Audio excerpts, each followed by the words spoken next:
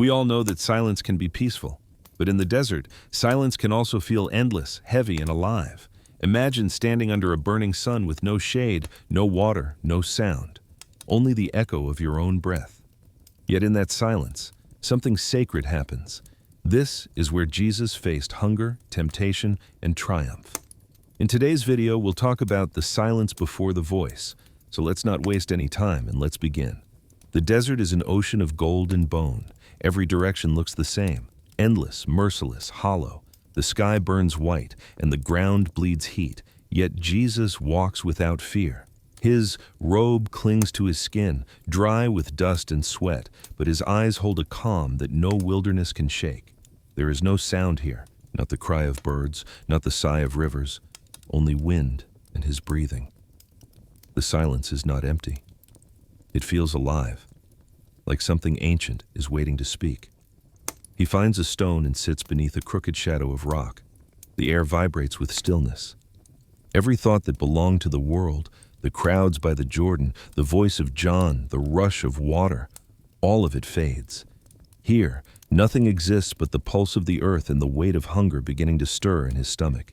He does not pray for escape, he prays for surrender. Jesus closes his eyes. The first day of fasting passes like a slow death of noise. His body aches, but his spirit stretches wide, reaching for something beyond sound. He listens, not with his ears, but with his being. The Father's voice is not thunder here. It is a whisper too deep for words, hidden inside silence itself. When he breathes, the desert breathes with him. Every heartbeat becomes a prayer. Every drop of sweat becomes offering. He feels the hunger grow stronger, biting through his ribs, scraping against his resolve. And still, he thanks the Father for it. This hunger is not his enemy. It is his teacher. It reminds him that flesh breaks, but obedience endures. The sun begins to fall. Shadows stretch across the dunes like long, reaching fingers. Night in the desert is not gentle. It comes fast, like the closing of a great eye. The temperature drops and the silence deepens until it becomes almost unbearable. The stars arrive, countless and sharp, piercing through the black veil of heaven. He looks up at them and remembers Abraham, another man who once looked at these same stars, counting promises instead of numbers. Jesus whispers softly, "Your will, not mine." The words dissolve into the wind. He feels the ache of thirst now, lips cracking, tongue heavy, but he does not move. He lets the pain settle in his body like a sacred fire.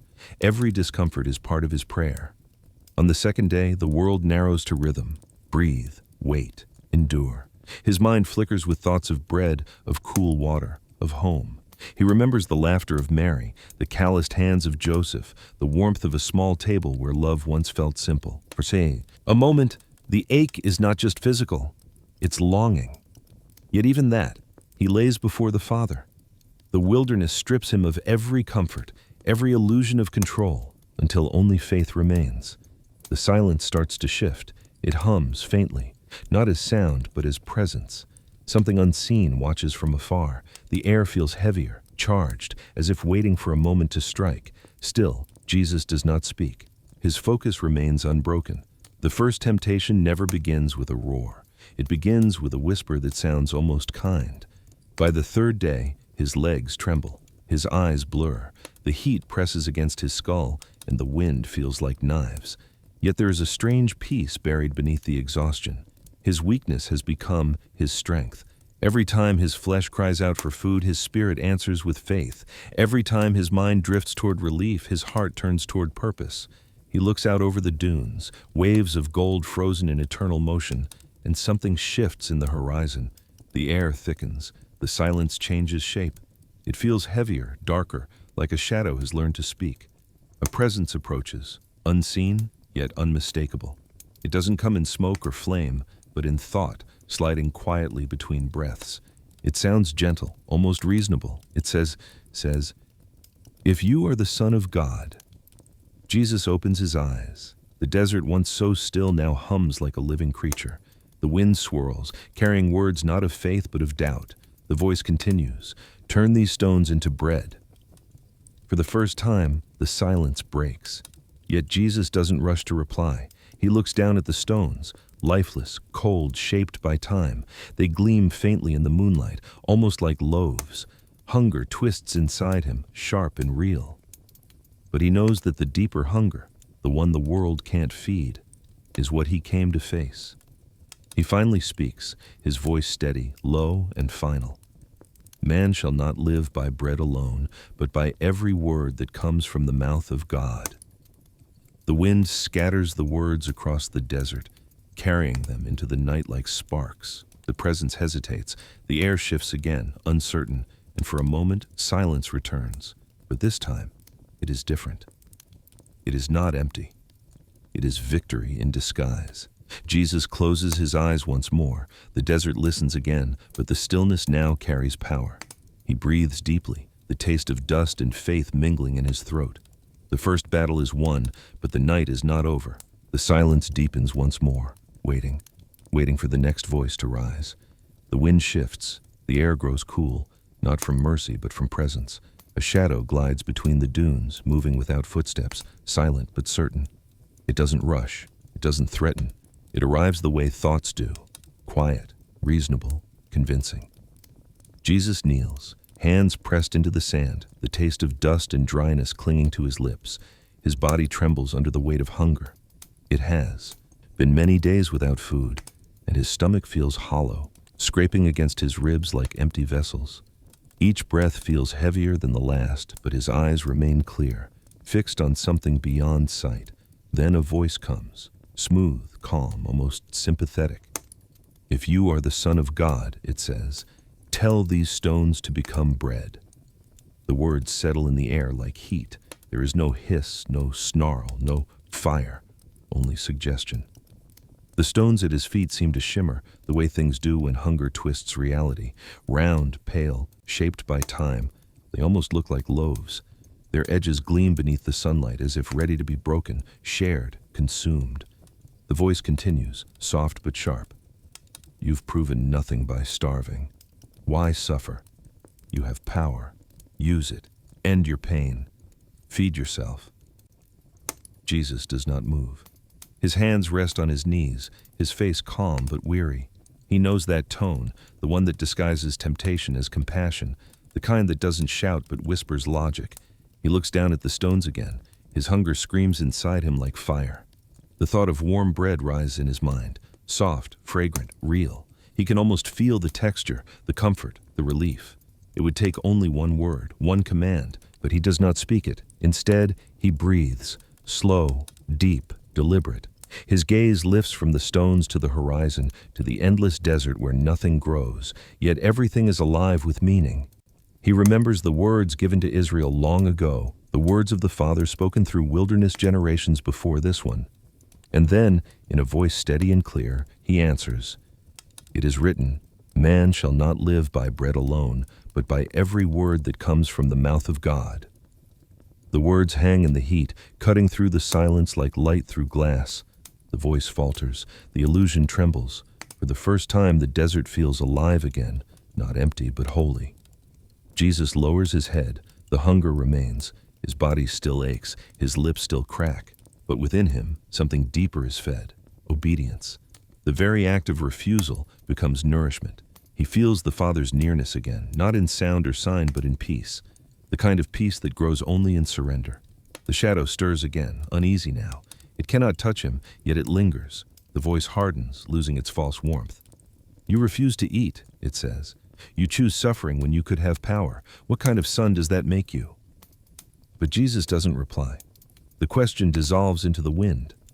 The desert, once a place of thirst, becomes a sanctuary. He knows hunger cannot command him. He commands it. He will not let the need of flesh rewrite the will of God. The enemy's silence becomes louder than its words. It studies him, this fragile, starving man who will not bend. There is no fear in his eyes, only clarity, no anger, only purpose. It realizes then that this battle will not be won through appetite, because his hunger is not weakness, it is weapon. Every growl of his stomach is a declaration that the spirit rules the body, not the other way around. The wind begins to rise again, swirling dust around his feet. The stones that once seemed like bread now look ordinary, lifeless, forgotten. The voice retreats into the shifting air, defeated for now, but not gone. It circles, searching, waiting for another crack in his humanity to exploit. Jesus exhales slowly, eyes still closed. The temptation is past, but its echo remains, a lingering reminder of what obedience costs. He stands, legs trembling, the sun pressing against his back. The world feels vast again, wide and wild, but no longer hostile. Every grain of sand seems to witness the quiet strength of a man who chooses faith over survival. He begins to walk. Step after step, the desert stretches ahead, not conquered but transformed. Where temptation sought to break him, it instead revealed his endurance. The wilderness no longer feels like a prison, it feels like a forge. He looks once more to the horizon, the faint curve of light where sky meets dust. Somewhere beyond that line, the world waits, people hungry not for food, but for truth. And though his stomach still aches, his spirit feels full, but the shadow is not done. It gathers again at a distance, invisible to mortal eyes, but alive with envy. It mutters through the wind, if hunger cannot move him, perhaps pride can. And as Jesus continues his walk through the silent dunes, the light begins to change, brighter, sharper. A new height rises in the distance, glimmering beneath the sun's glare.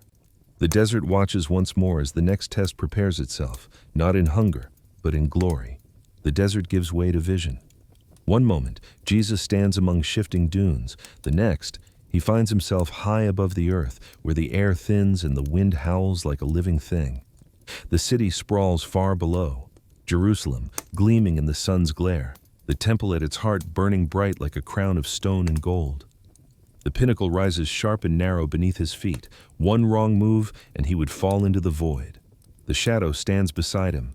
There's no fire, no hiss, just that same quiet voice, smooth as glass. If you are the Son of God, it says, throw yourself down, for it is written, He will command His angels concerning you, and they will lift you up in their hands, so that you will not strike your foot against a stone. The voice sounds almost proud, quoting scripture like a weapon wrapped in holiness. The devil knows the word well enough to twist it. The irony stings the air. The deceiver preaching faith, using the Father's own promises as bait. Jesus looks down. The temple court is filled with people, small, distant figures moving in rhythm, unaware of what unfolds above them. They come to pray, to sacrifice, to seek God's presence, never realizing that He stands right above them in flesh and blood. The drop is dizzying. The wind lashes against his robe, pulling at his balance. The thought of falling, of being caught by angels, of proving his divine identity in one glorious display, flickers across his mind. It would be easy. The crowd would believe instantly. No cross, no pain, no slow path of obedience. One leap and the world would see. The voice presses closer. Wouldn't that show them? Wouldn't that silence every doubt? You've said you are the Son, then show it. Jesus says nothing. The temptation isn't loud this time. It's logical, seductive. The kind that doesn't feel like rebellion, but reason. The kind that offers shortcuts disguised as wisdom. He closes his eyes, letting the roar of wind fill his ears. Beneath the storm, he hears something else, not the devil's voice, but the echo of his Father's. It comes not in words, but in memory. Trust is not proven by testing. Love doesn't demand proof. When he opens his eyes again, his gaze is calm. It is also written, he replies, do not put the Lord your God to the test. The words are quiet, but they strike like thunder. The shadow flinches, though it hides the motion behind a smirk. For a moment, the wind stops. Even the air seems to bow to the truth of it. Jesus remains still, his robe rippling gently in the breeze. He will not leap. He will not demand proof of what he already knows. The Father's love does not need to perform miracles to exist. The Son's faith does not require spectacle. The devil's charm fades. The polite tone hardens. You're wasting your divinity, it spits softly. You could have the world's admiration, but you choose obscurity. You could make them bow with wonder, but you hide behind obedience. What kind of Messiah humbles himself when he could command the sky? Jesus looks toward the horizon. The sun begins to tilt westward, staining the sky with gold and crimson. The kind who knows his Father, he says simply. The wind gusts again, angry now, wild. The shadow trembles at the edge of the pinnacle before dissolving into air, like smoke torn apart by light. The city below continues unaware, its prayers rising upward, meeting the quiet king who does not seek their applause.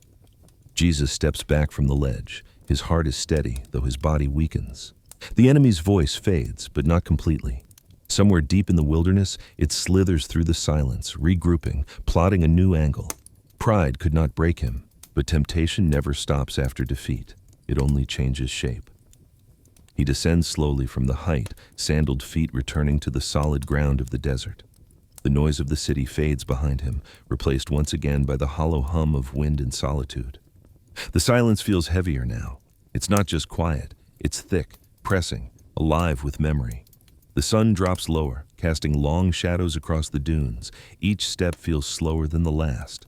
The heat from the day slips away, replaced by a creeping chill that sinks into his bones.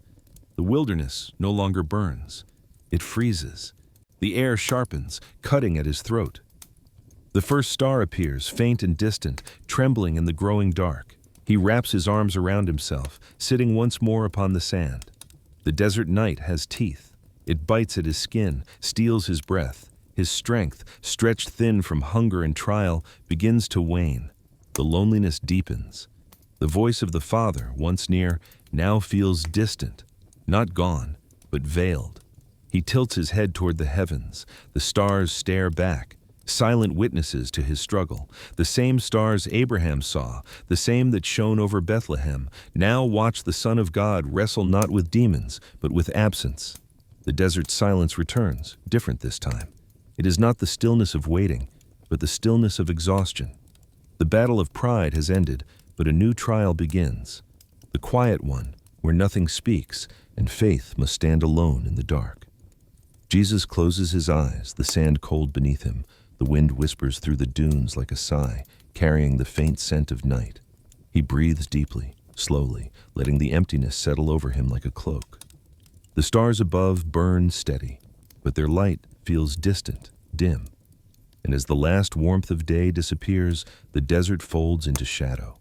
The night grows long, and loneliness creeps in, soft and unrelenting, a presence all its own.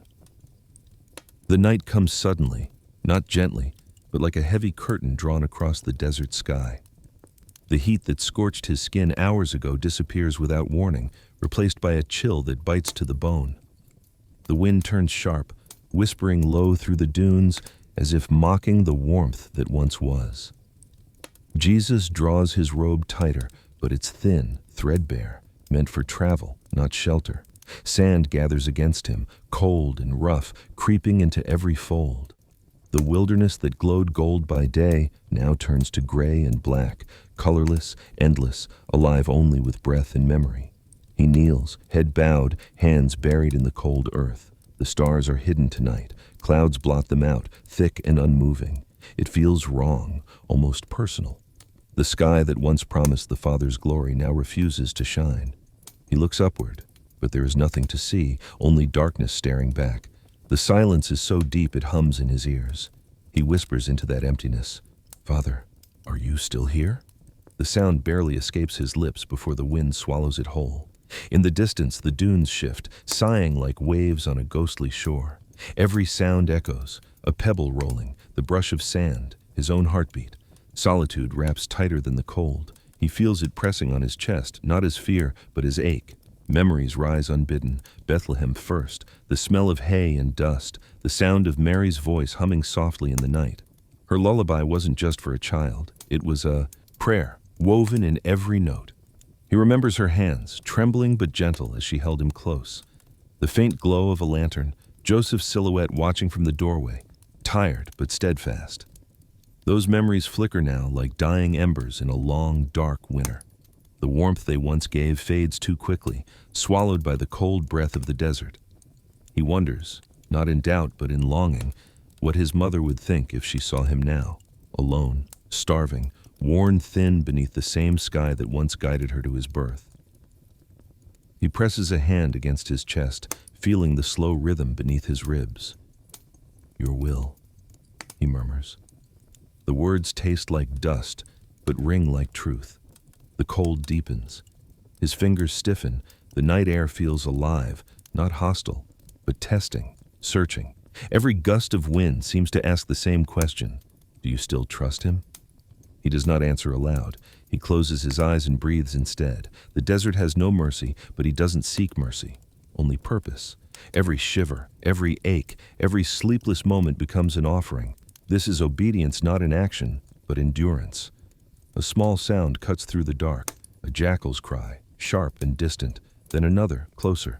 The wilderness teems with unseen life, but none dare come near. They sense something sacred about this loneliness, something beyond hunger and flesh. Hours crawl by. The wind softens, as if exhausted from its own howling. The world grows still again. Even the creatures go silent. The only sound left is his breath, shallow but steady. He looks once more toward the heavens. Still no stars, only the faint outline of clouds glowing faintly, like bruises across the sky. But he knows. Above them, beyond sight, light remains. Stars don't vanish, they only hide. His mind drifts again, carried by the cold into fragments of thought. He remembers the Jordan, the water, cool and alive, wrapping around his ankles. John's trembling voice, the dove descending, the voice of the Father thundering through heaven. This is my Son whom I love. With him I am well pleased. That voice feels far away now, like it was spoken in another lifetime. Yet, he knows it's not gone. The Father's silence isn't absence. It's trust. The test of love is not found in miracles, but in moments where nothing happens, when faith must be enough. He leans back, resting against the sand, eyes half closed. The stars may not shine, but the memory of the voice remains. That is enough. He feels his body weaken, muscles trembling, skin dry and cracked, lips split. The hunger has become a rhythm, no longer a pang, but a steady pulse reminding him he is still human. He lets it hum through him like a drumbeat of creation, a sound older than time. Even here, he whispers, voice faint, you are good. The words are barely audible, but they carry weight, enough to shake the silence from its throne. For a brief moment, the wind pauses. The world listens. The desert itself feels like it exhales. Jesus closes his eyes and begins to pray, not with long words or ritual, but with presence. His prayer is breath, heartbeat, stillness. The night stretches on, heavy and endless, but beneath it, faith flickers, not as flame, but as a coal, glowing unseen in the dark. Somewhere beyond the horizon, something shifts. The edge of night begins to blur, the black softening into gray. The air grows lighter, the wind warms slightly, carrying a whisper of change. He opens his eyes. For the first time in what feels like eternity, there's a faint glimmer above the dunes. Not bright, but enough. The first glow of dawn. The long darkness breaks. The desert hums again, low and alive.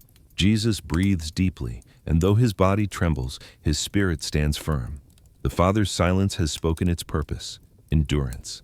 And in the distance, the horizon burns gently with the promise of morning. The morning light spills across the dunes like liquid fire, soft yet merciless. The desert exhales heat again, and the cold night feels like a distant dream. Jesus opens his eyes slowly, the lids heavy, lashes crusted with dust. Every muscle protests movement, every breath tastes dry. His lips are cracked, his skin drawn tight across the bones of his face.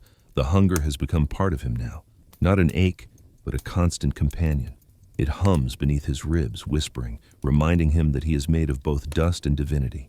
He rises carefully, every motion deliberate. The sand clings to his feet, hot already beneath the newborn sun. The world around him is blinding, endless waves of gold shimmering in the light. Nothing grows here, nothing moves. Yet he feels life all around him, invisible and pulsing beneath the surface. The desert isn't dead, it's waiting. He closes his eyes, breathing in the silence. The hunger gnaws deep inside, clawing at the edges of his resolve. Yet, in its ache, something begins to happen, something strange and sacred. The more his body weakens, the sharper his spirit becomes. The veil of the physical world thins, and he starts to see it as it truly is. Every grain of sand glows faintly in his vision, each one shaped by time, carried by wind, kissed by light. The air shimmers with hidden meaning, the dance of heat, the whisper of eternity in motion. Even his hunger, sharp as a blade, feels holy now. It strips away everything unnecessary until only truth remains. He kneels, pressing his palms into the earth. The desert hums beneath his touch, alive with memory. He feels it, the same breath that gave life to Adam, the same word that spoke stars into being. All creation, sustained not by food or water, but by the endless love of the Father. He realizes then that nothing in this world truly lives apart from that love. Every heartbeat, every gust of wind, every moment of existence, all of it depends on the one who sustains it. His thoughts drift toward the people beyond the wilderness. The farmers tending fields, the mothers feeding children, the merchants chasing coin, each one searching for something to fill their emptiness. He understands them now more deeply than ever. He feels their hunger in his own flesh, a hunger not just for bread, but for meaning, for belonging, for God. He whispers softly, almost smiling, "They hunger for you, even when they don't know it." The words vanish into the wind, but their truth remains, echoing deep within him. He knows the Father hears. He knows the silence isn't absence, it's an answer that requires waiting. He stands again, body trembling, but spirit unshaken. The sun climbs higher, painting his shadow long against the sand. The heat bears down on him, relentless, pressing sweat from his brow. Each droplet stings his eyes, yet he doesn't wipe them away. The sting grounds him, a reminder that he is still human, still fragile. His vision blurs, but what he sees next is not illusion. Before him, the air ripples, not from heat, but from something unseen moving closer. The light bends, twists, and shapes itself into form. It is the shadow again, the same smooth voice from before, only softer now, sweeter, carrying a note of concern. "You look weak," it says. "Surely your Father wouldn't want you to suffer this way." Jesus doesn't answer. His breath comes slow, steady.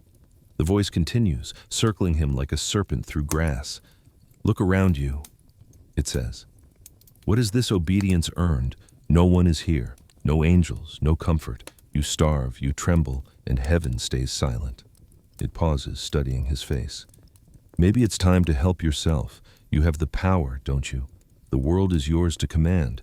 Why wait on a God who watches but does not move?" The words fall heavy, like stones against the heart. The air feels colder, the sunlight dimmer. The temptation isn't blunt this time. It's intimate, logical, appealing to his exhaustion. But Jesus doesn't flinch. He knows that the devil's greatest trick isn't violence, it's imitation. It copies compassion, it mimics care, it wears the mask of reason. He turns slowly toward the voice, eyes steady. "You speak of the Father as though you know him," he says quietly, "but you never will." The air tightens. The shadow's form wavers, its calm faltering for a heartbeat before it smiles again, too wide, too smooth. "Then prove it," it says softly. "If you trust him so much, show it. Make the heavens act. Force his hand." Jesus closes his eyes, the faint ghost of a smile at his lips. Love doesn't demand proof. Faith doesn't bargain. His words slice through the air, and with them comes stillness, the kind that silences all pretense. The shadow recoils slightly, its charm draining away, leaving behind something raw and ancient, dark as the void before creation. The hunger within him throbs again, deep and unrelenting, but now it feels different, cleaner. It is no longer a weapon the enemy can use, but a fire that refines. The wind rises, swirling around them, carrying the scent of dust and heat. The shadow fades into the shimmer of the air, leaving only its echo behind. Jesus exhales, eyes lifting once more toward the blinding horizon. The desert stretches before him, endless and shimmering. His body is frail, yes, but his spirit has become unbreakable.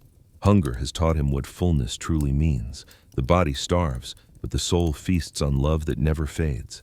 And somewhere beyond the dunes, the light shifts again. Faint but growing, as if the desert itself trembles before what comes next. For in that moment of weakness, temptation returns, more cunning this time. The world bends before his eyes. The desert around him shimmers, its horizon warping until the sands no longer look like emptiness, but like gold. The air thickens with heat and light, folding and twisting into impossible shapes. In the span of a breath, the wilderness transforms. Dunes rise and stretch into mountains, valleys bloom into cities, and the silence is replaced by the sound of power.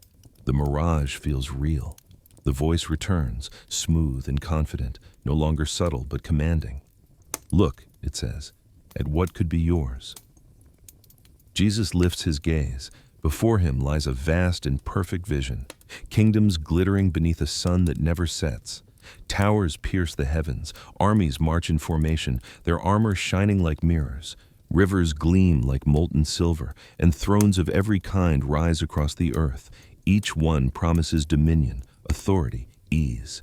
Every crown sparkles with promise. The voice continues, sweet as poison. All of this, every nation, every ruler, every soul, can be yours.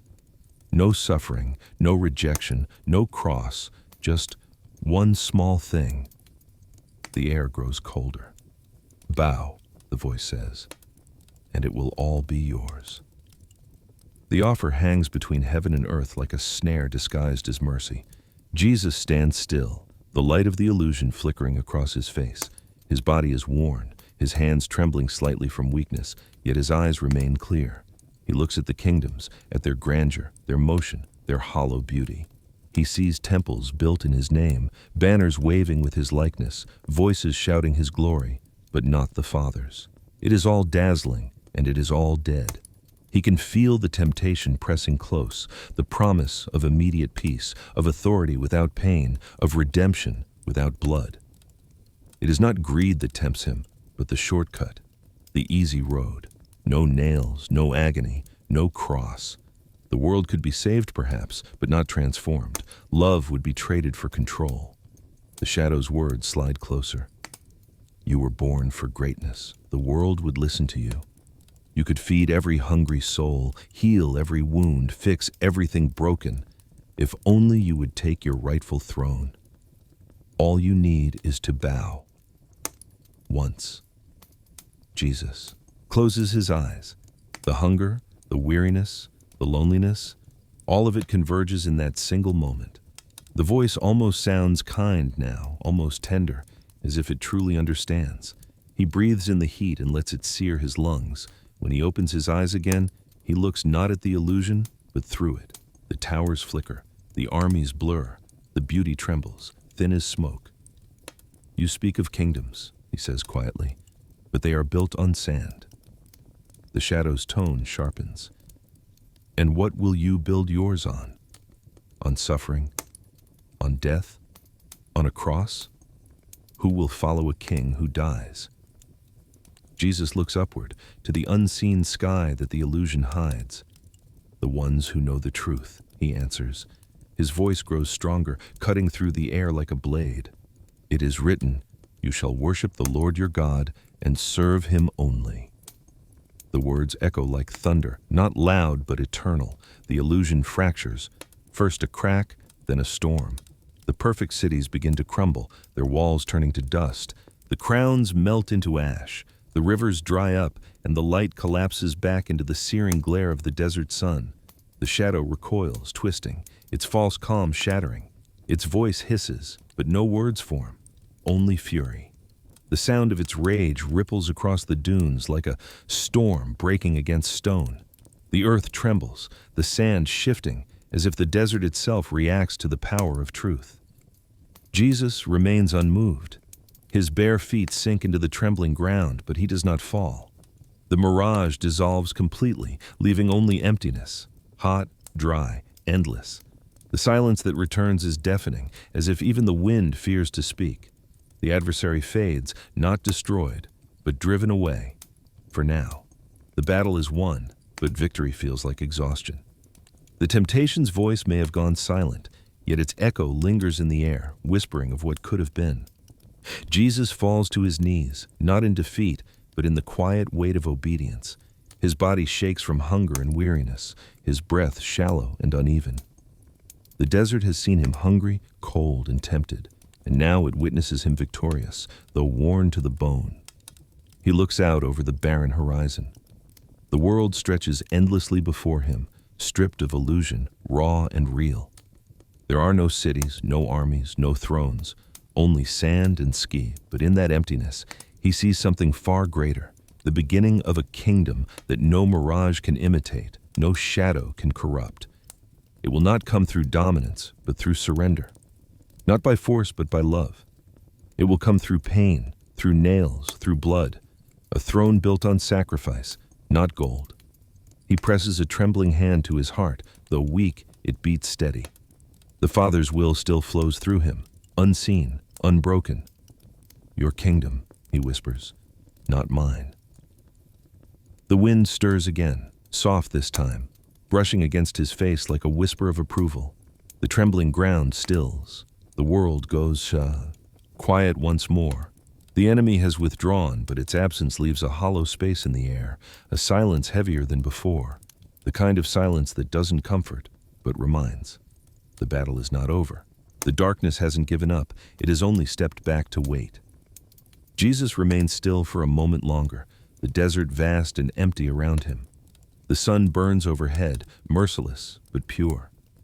His shadow stretches long across the sand, the shape of a man who has chosen obedience over glory. And as the silence deepens, the desert holds its breath again. The air stills after the storm. The last echo of the tempter's voice dissolves into the horizon, leaving behind a silence that feels alive, not empty but waiting. The desert, once a battleground, now hums with something unseen. The sunlight softens, the wind cools. Even the sand seems to sigh with relief, as though the whole earth recognizes what just happened. Jesus kneels, shoulders trembling, the weight of exhaustion pressing against every muscle. His breath comes slow and shallow, sweat and dust streak his face. The silence stretches around him, vast and sacred. It is done. For now, the adversary has fled. He closes his eyes, his lips move, but no words form. There are no prayers left, only gratitude that runs too deep for speech. The ground beneath him feels warm, alive, as if the Father himself holds the earth steady beneath his Son. The victory is not loud, it's quiet, like a heartbeat after a long run, steady and sure. Then, something changes. A sound, faint but distinct, cuts through the stillness. It's not the hiss of sand, not the cry of wind.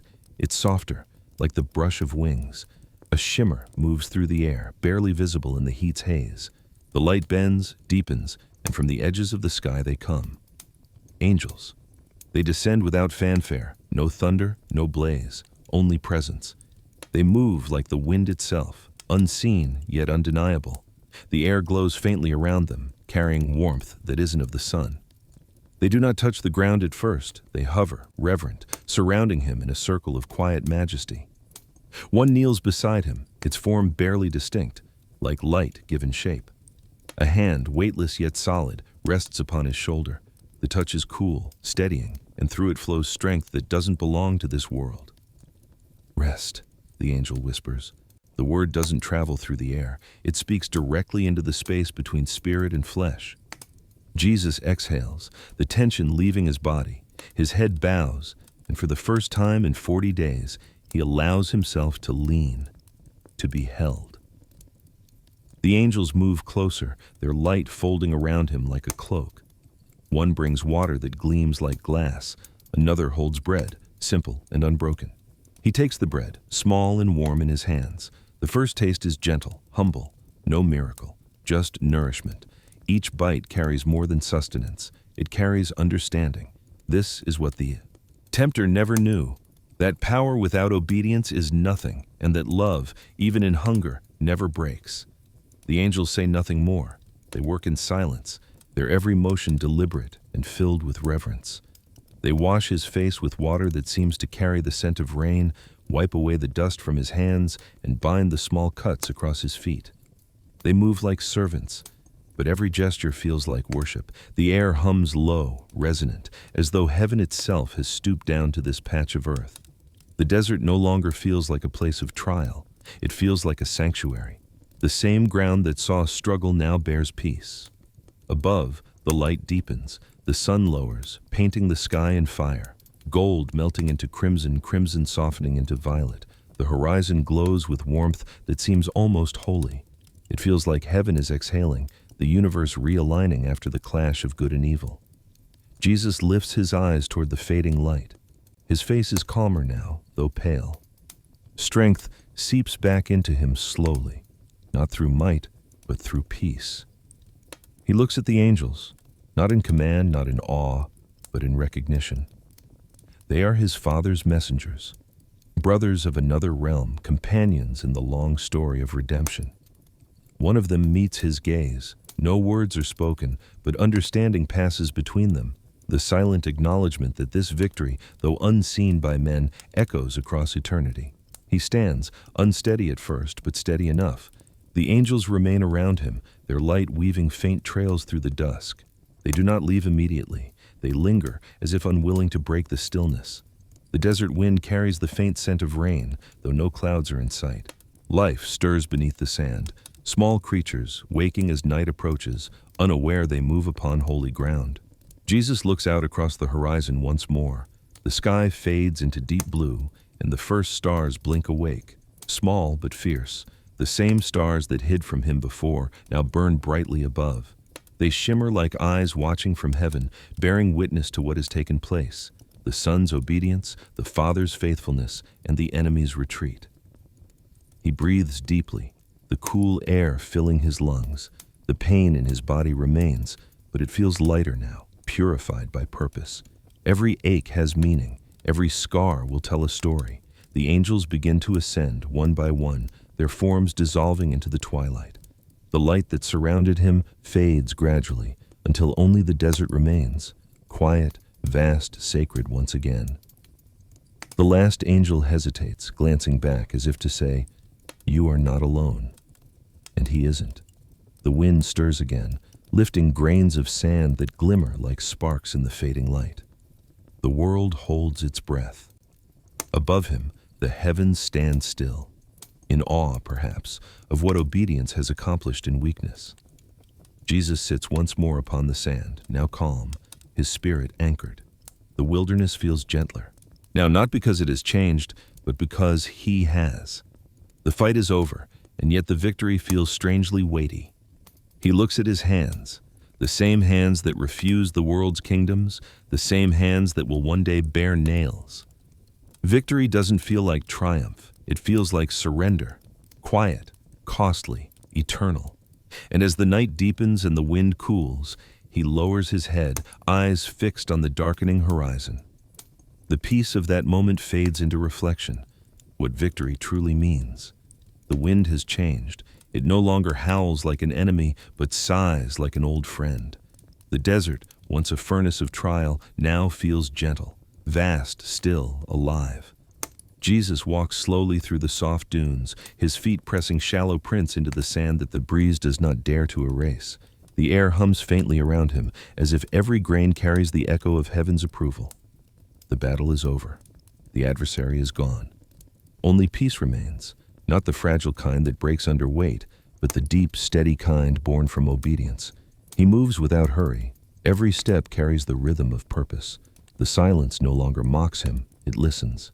Where once the wilderness pressed in like suffocating isolation, it now opens wide, stretching into freedom. He can feel the Father in every gust of wind, in the warmth of sunlight returning to his shoulders, in the pulse of life hiding beneath the sand. The angels are gone, but their presence lingers, not as light, but as calm. He carries their touch in his breath, their strength in his stride. His hunger, though still present, feels lighter now, almost sacred. What once gnawed at him now sustains him, for through it he learned what no feast could teach, that man lives not by bread, but by trust. He pauses on a high ridge. From this height, the desert stretches endlessly in all directions, a sea of gold rolling into the horizon. The air wavers with heat, but he doesn't look away. There's beauty in it now, a quiet holiness he hadn't seen before. The same place that stripped him bare has also made him whole. The wilderness, it turns out, was not punishment. It was preparation. He kneels, pressing his hand into the sand. The grains cling to his fingers, shimmering in the light. He whispers softly, Father. You were here the whole time." The words are not for comfort. They are realization. The silence was never empty. It was full of presence too deep for noise. He stays like that for a moment, eyes closed, breathing slow. The world feels still. No demons lurking, no tests remaining. Only the sound of wind moving through the dunes, low and rhythmic, like the earth itself breathing. In the quiet, memories return. The temptations, the pain, the hunger. But they no longer sting. They are part of the story now, chapters written into his flesh. Every ache was a sentence of truth, every refusal a declaration of love. He remembers the shadow's voice, smooth and cunning, offering bread, offering thrones, offering safety.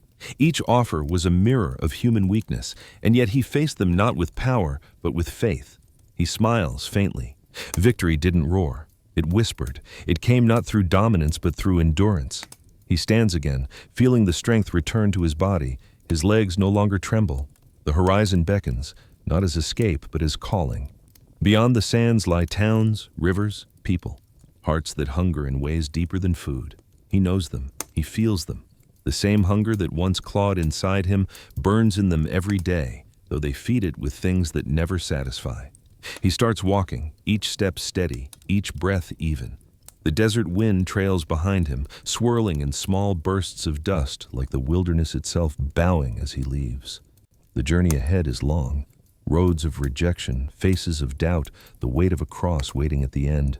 Yet there is no fear in him. He has faced the void and found his Father within it. Nothing the world can throw will shake that truth. The sun dips lower, spreading its light like molten gold across the horizon. The shadows lengthen, stretching across the dunes like memories fading into dusk. He walks straight into the light, his figure outlined in radiance. The same hands that resisted the crown now move with quiet authority, ready to heal, to teach, to lift. As he walks, the desert changes around him. It no longer looks barren. Little tufts of green peek from the sand, small and fragile but alive. A single bird glides overhead, its cry sharp and clear, the first sound of life in days. It's as if creation itself is waking from slumber, stirred by his obedience. He passes the place where he once fell to his knees, where temptation whispered most loudly. The ground still remembers. The sand, stirred by his movement, swirls lightly, not in menace, but in reverence. What was once the site of testing has become holy ground. The peace that surrounds him isn't loud. It's steady, anchored. It carries weight, the kind of peace born not from safety but from surrender. He has learned the secret of strength. To yield is not to lose, and to trust is not to fail. He pauses once more, looking back at the path behind him. There are no footprints now. The wind has already covered them, erasing every trace of struggle. It doesn't matter. The wilderness remembers him differently, not in prints, but in spirit. Every rock, every grain of sand bears witness to what was overcome here. A faint smile touches his face. He whispers, "It is finished here." The light of evening stretches long, soft and amber, touching his shoulders like a blessing. He turns his face toward the direction of the river, the place of beginning, where the dove descended, where the voice of the Father first declared love. That same voice calls now, not from above, but from within. He walks toward it. Each step carries purpose, each movement certainty. The desert no longer holds him, it releases him. Behind him lies victory, ahead lies mission. The wilderness was not the end, it was the threshold. And as he moves toward the world beyond the sand, the wind rises once more, carrying his footprints into memory. The silence, once heavy with trial, now hums with praise. Every grain of sand seems to sing his Father's name, echoing softly into the distance as his steps turn toward the world, to those still wandering in their own deserts. The path from the desert winds downward, the sand giving way to soil once more. The air shifts, softer now, carrying the faint scent of water and life. Jesus walks in silence, the same stillness from the wilderness following him like a shadow of peace. His robe clings loosely to his frame, the marks of hunger still visible in his face, but his eyes hold something new, a depth that only struggle can carve. The sound reaches him before the sight does, the whisper of running water. The Jordan, familiar, steady, alive. Each step brings him closer until the barren silence of the wilderness gives way to the murmur of life flowing over stone. He stops at the edge, the river stretching before him in rippling light. He remembers this place, the moment when the heavens opened, when the Spirit descended like a dove, and the Father's voice broke through the clouds. It feels like both yesterday and forever ago. He kneels, dipping his fingers into the water. The surface trembles around his touch, and for a moment, it almost feels like it remembers him too. The water is cooler than he expected. It slides across his skin, washing away dust, pain, and weariness. He closes his eyes, letting the sound of the river drown out the echoes of temptation that still linger faintly in his memory. Every whisper of evil that once tempted him fades beneath the steady rhythm of flowing water. He cups his hands and brings the water to his lips. It tastes clean, almost sweet, not like the dryness of the desert, but like the beginning of something new. He drinks deeply, and as he does, his body begins to awaken. The ache remains, but it no longer defines him. The hunger that once burned inside him has transformed into a quiet strength. The river glimmers beneath the sun, reflecting a sky so blue it almost hurts to look at. Birds dip low to drink, their wings catching light as they rise again. The Spirit moves upon the surface, gentle and unseen, the same presence that carried him through the silence, through the testing, through the fire of obedience. He feels it again, that unspoken connection, the invisible thread between heaven and earth. He steps into the shallows, sandals sinking into the cool mud. The water ripples outward with each movement, breaking the reflection of the sky. He stands there for a long while, unmoving, letting the river surround his ankles, the soft current wrapping around him like a familiar embrace. This is where his path began. The water, the dove, the voice. But now he stands on the other side of understanding. The wilderness stripped away the outer noise, revealing the truth at his core. He knows who he is not because a voice declared it, but because the silence confirmed it. He looks around and notices that the banks are empty. John is not here. The crowd that once filled this place, shouting, confessing, waiting, is gone. The river flows quietly now, patient as always, waiting for the next soul who will step into its cleansing depths. Jesus feels the absence, but not his loss. This moment is his alone. He sinks to one knee, trailing his hand through the current. "Father," he whispers, "your will, always your will." The words are soft, carried away almost immediately by the flow. They mingle with the water carried downstream as if to reach every heart that thirsts for the same surrender. The sun hangs high, its warmth gentle instead of harsh. Time moves differently here. It stretches and folds, neither hurried nor still. Jesus watches as the river winds into the distance, disappearing into the horizon. It reminds him that faith, like water, always finds its way, carving through even the hardest stone, reshaping the world one drop at a time. He stands again, the hem of his robe heavy with water. The breeze rises, scattering small ripples across the surface. He breathes in deeply, the smell of life surrounding him. It's more than just the scent of river and earth. It's renewal. The same Spirit that led him into the wilderness now calls him out of it. The desert behind him is silent, but it no longer feels like exile. It feels like foundation, the place where his strength was forged, where obedience became his crown. Ahead lies movement, voices, faces, need. The stillness of the wilderness will give way to the clamor of the world, but he is ready. The peace he found in solitude will now walk with him among the multitudes. He looks across the river. The opposite bank rises low and green, dotted with wild reeds swaying in the wind. Beyond it lies the unknown. Towns, people, stories waiting to unfold. His gaze lingers there, and he feels the weight of what's to come. Miracles and rejection, laughter and betrayal, healing and heartbreak. Every step ahead will carry purpose, but not comfort.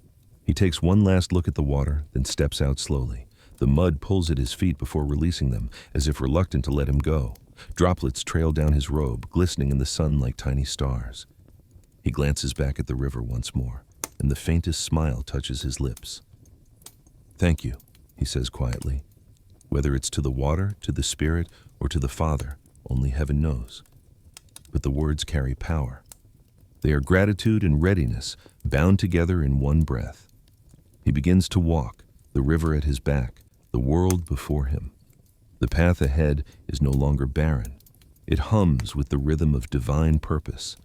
The wilderness taught him endurance, but this is where love begins its work. The Spirit moves beside him, invisible but near, stirring the air like a promise yet to unfold. He looks across the river. Beyond lies the work waiting to begin. The sun leans westward, glowing like a coal suspended above the horizon. The air hums with warmth, and the world feels alive again. Jesus walks the narrow path away from the river, his robe brushing against wild grass that bends in the wind. Behind him, the wilderness fades into memory, its silence still clinging faintly to his steps. Each grain of dust that rises in his wake feels like the desert breathing its last lesson into the world. Obedience, quiet, and unyielding love. Ahead, the land opens wide into villages and fields. The hum of human life replaces the stillness of solitude. Voices drift through the air. Laughter, work songs, the cries of children, the sound of hammers striking wood. It's all ordinary, yet it stirs something deep within him. These are the lives he came for, the tired, the hopeful, the unseen. Every heart beating in these homes carries the same hunger he carried through the wilderness. He steps into the first village as evening settles in. People glance up from their work, curious. Some recognize him, the carpenter's son, the quiet one from Nazareth. Others see only a stranger, thin from fasting, eyes too deep for comfort. But when he speaks, the noise fades. Peace be with you. The words fall gently, but they carry a weight that no one can explain. Conversations stop. A child, clutching her mother's robe, stares up at him with wide eyes. The mother bows her head, unsure why her heart feels both heavy and light. Jesus smiles softly and continues walking through the dusty street. He speaks little that day. His presence alone seems to change the air. Where he walks, arguments falter, laughter softens, and something unspoken stirs, as if the earth itself recognizes the one who made it. He watches the people, the weary men hauling nets, the women grinding grain with calloused hands, the elderly sitting by doors, waiting for the cool of evening. He sees them all, not as faces, but as stories. At a well near the edge of the village, he stops. A man sits slumped nearby, clutching his leg wrapped in soiled cloth. The wound is old, festering, the smell sharp in the air. The man looks up, eyes hollow from pain and shame. "Stay back," he murmurs. "It's unclean." Jesus kneels beside him without hesitation. The man flinches, expecting disgust, but finds only compassion in the stranger's gaze. Jesus places his hand on the man's shoulder, the touch light but sure. "You are not forgotten," he says. The man tries to protest. He's heard those words before, empty ones, polite lies meant to soothe the hopeless. But this voice feels different. It's the kind of voice that carries silence behind it, the silence of deserts, of obedience, of heaven listening. Jesus looks toward the sky briefly, eyes half closed. Then he whispers, "Be whole." The man gasps. The pain disappears, replaced by warmth spreading through his body like sunlight breaking through clouds. He stares at his leg, clean, healed, strong. The torn skin has knit together as though it had never been wounded. Tears fill his eyes. He tries to speak, but only a sob comes out. Jesus helps him to his feet. The man stumbles once, then stands firm, looking down at himself in disbelief. What have you done?" he asks, trembling. "Nothing," Jesus replies softly. "The Father has done everything." Word spreads quickly. By nightfall, the small village hums with awe and confusion. People gather in small groups, whispering his name. Some call him prophet. Others question if this is the same man who once worked with wood in Nazareth. Children peek through doorways, watching him as he sits beneath a fig tree, calm and quiet, eyes fixed on the stars above. He does not seek attention. He does not raise his voice or demand belief. He simply is, present, grounded, radiant in peace. Those who come near feel it instantly, like warmth from a nearby fire. His words when he speaks are few, but burn softly, kindling something in those who listen. "Do not be afraid," he says to one family gathered near him. "The kingdom is nearer than you think." They do not fully understand, but the tone carries promise. His voice feels like sunrise, gentle but unstoppable. It speaks to the soul, not the mind. And when he falls silent, The quiet that follows feels alive. As the night deepens, torches flicker to life across the village. Jesus remains outside beneath the open sky. The stars mirror the river's reflection, still, endless, patient. He breathes in deeply, the scent of smoke and bread filling the air. The world feels closer now, almost within reach. The disciples have not yet come. The crowds have not yet gathered. The cross is still far ahead, but the first fire has been lit, not in temples or palaces, but in hearts that have waited too long for hope. He rises to his feet once more, the faintest smile on his face. The same hands that refused the tempter's kingdoms now lift in blessing toward a world still unaware of what walks among them. The same eyes that stared into the abyss of hunger now see beauty in the ordinary, in fields, in homes, in faces marked by toil. The wilderness lingers in him, but it no longer isolates. It has become his rhythm, the quiet strength that steadies every step. His purpose burns now like a hidden flame, not loud, not wild, but alive. He begins to walk again through the darkened street.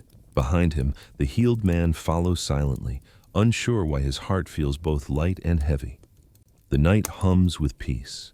Every sound, the murmur of wind, the crackle of distant fire, seems to echo the same truth. Love has entered the world again.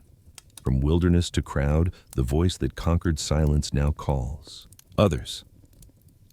Morning breaks slow and golden over the Sea of Galilee. The air smells of salt and wood smoke, and the steady rhythm of waves slapping the shore sets a heartbeat for the waking day.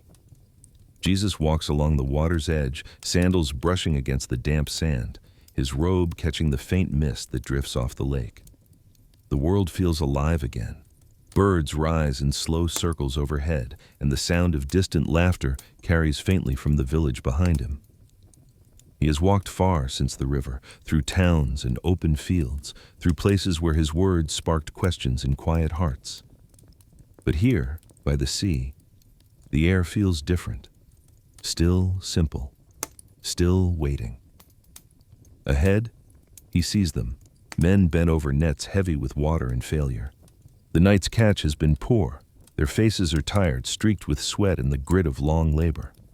Yet they move with the rhythm of survival, mending, hauling, casting again. The lake reflects the morning light on their backs, painting halos of gold across ordinary men. Jesus stops and watches for a moment. They do not notice him yet, too busy, too focused on the small rituals that keep hunger away. He can see their restlessness even from here. It's not just weariness of body, but of spirit, a quiet ache for something they cannot name. They've spent their lives pulling from the deep, yet feeling like something inside them remains empty. He steps closer, and the crunch of sand under his feet draws their attention. One of them, broad-shouldered and sunburnt, straightens and squints into the light. Simon, the leader even when no one calls him that. His brother Andrew stands beside him, untangling a net, curious but silent. Jesus smiles. "Good morning," he says softly, his voice carrying over the water like a melody that doesn't disturb the calm, but deepens it. Simon wipes his hands on his tunic and gestures to the empty baskets. "Morning, Rabbi," he replies with a half laugh. "If you're here for fish, you're too late. The sea's empty tonight." "Then cast your net again," Jesus says. Simon blinks, caught between confusion and disbelief. "We've worked all night and caught nothing," he answers, his voice tired but polite. "There's nothing left to catch." Jesus steps closer, eyes steady and kind. "Cast it one more time." Something in his tone, not command but certainty, makes Simon hesitate. Andrew glances at his brother, unsure, but Simon shrugs, muttering under his breath, "Why not?" They lift the net together, muscles straining, and throw it wide into the shimmering blue. It sinks, vanishing beneath the rippling surface. For a moment, nothing happens. The water is still. The air holds its breath. Then the rope tightens suddenly, jerking in their hands. "Pull!" Simon shouts, gripping the net with both arms. Andrew rushes to help, and their small boat tips dangerously as the weight of the catch drags against it. The net teems with silver. Fish thrashing, scales flashing like coins in sunlight. The sound of splashing fills the air, laughter bursting out of them in disbelief. Simon stares at the overflowing net, his heart hammering. He looks toward Jesus, standing still on the shore, calm and radiant in the morning light. It's not the miracle that stuns him, it's the presence. Something about him makes the world feel whole, like everything has found its true rhythm again. Simon drops to his knees in the wet sand, trembling. "Lord," he says, voice breaking, "depart from me. I'm a sinful man." Jesus steps forward, the waves licking at his feet. "Do not be afraid," he says, reaching out his hand. "From now on, you will fish for people." The words sink deep, heavier than the net full of fish. They are an invitation, not to power, but to purpose. Simon lifts his head, meeting his gaze. There's no judgment there, only calling. Something inside him shifts, like a tide turning. He reaches for the offered hand. Behind him, Andrew watches, eyes wide. The brothers exchange a glance that needs no words. They leave the nets where they fall. Further along the shore, 2 more men sit repairing their nets, James and John, the sons of Zebedee. Their father calls out to them as Jesus approaches, but they barely hear. When his eyes meet theirs, they stand, drawn by something they can't explain. "Follow me," Jesus says simply. No promises, no explanations, just those 2 words, heavy enough to change everything. Without hesitation, they do. Nets drop. Boats are left rocking gently in the shallows. The morning sun gleams off the water as the 4 men walk behind him, footprints side by side in the damp sand. The others on the shore watch, murmuring, uncertain what they've just witnessed. But those who follow don't look back. The world they knew, the boats, the nets, the long nights of striving, fades behind them like a dream. They don't know where he's leading them. They only know his voice, and that it speaks to something truer than fear. As they walk, Jesus glances toward the lake one last time. The water glimmers under the sunlight, calm and endless. It will remember them, the fishermen who left everything for a promise they didn't yet understand. The wind rises off the surface, carrying the scent of salt and morning. The water sways gently, a rhythm that feels alive, the same rhythm that now beats within them. It will guide their steps from this shore onward, through towns, through miracles, through lessons and trials. The rhythm of water becomes the rhythm of walking, learning, and healing. The days grow fuller. Word spreads across the towns and hillsides. A healer walks among them, a teacher who speaks with authority not borrowed from scrolls or scholars. Crowds gather wherever he goes. The sick come carried on mats, the blind guided by trembling hands, the weary drawn by something they cannot name. His voice brings peace. His touch brings light. But with each miracle, the noise grows louder. The disciples walk close, trying to keep the crowd from pressing too near, but even they can feel the weight of it, the endless need, the constant reach of hands asking for help. Jesus gives and gives and gives again. His compassion has no end, yet his humanity feels its strain. When evening falls, while the fires of the villages still burn, and the last of the healed return home with tears of joy, he slips away quietly. The others do not notice at first. By the time they realize, he is already halfway up the hill, his figure small against the fading orange light. The mountain stands like a sentinel above the lake, ancient, unmoving, older than memory itself. The path is steep, scattered with loose stone and sharp edges, but he climbs without pause. The air cools as he ascends, the noise of the world falling away until all that remains is wind and heartbeat. Each step feels like a release, from the crowds, from the questions, from the weight of being needed. At the summit, he stops. The world below stretches wide and dim, the lake glinting like a piece of glass beneath the twilight. The stars are beginning to appear, first one, then several, until the sky fills with them like scattered fire. The silence here is deep, familiar. The mountain is not so different from the desert. It too holds the Father's breath. Jesus kneels upon the cold stone. The ground beneath him is rough, pressing into his knees, but he welcomes the discomfort. It anchors him, reminds him of the body he wears, the body that hungers, that aches, that bleeds. He lifts his face to the heavens, eyes open, and whispers softly, "Abba." The word breaks the stillness like light through shadow. It's not a plea, it's communion. He speaks without formality, without ritual. just the honesty of a son speaking to his father. There are no grand gestures, only presence. The air seems to listen, the wind pausing, as though heaven bends close to hear. "Father," he says, voice low but steady, "they come to me for bread, for healing, for peace. But what they truly need is you. Teach me to give them you." The silence that follows is not absence, it's response.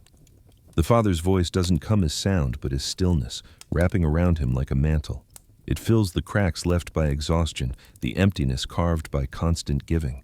His heart steadies, his breath deepens, strength, unseen but real, begins to return. He prays for his disciples, for Simon's impulsive courage, for Andrew's quiet faith, for the sons of Zebedee and their restless fire.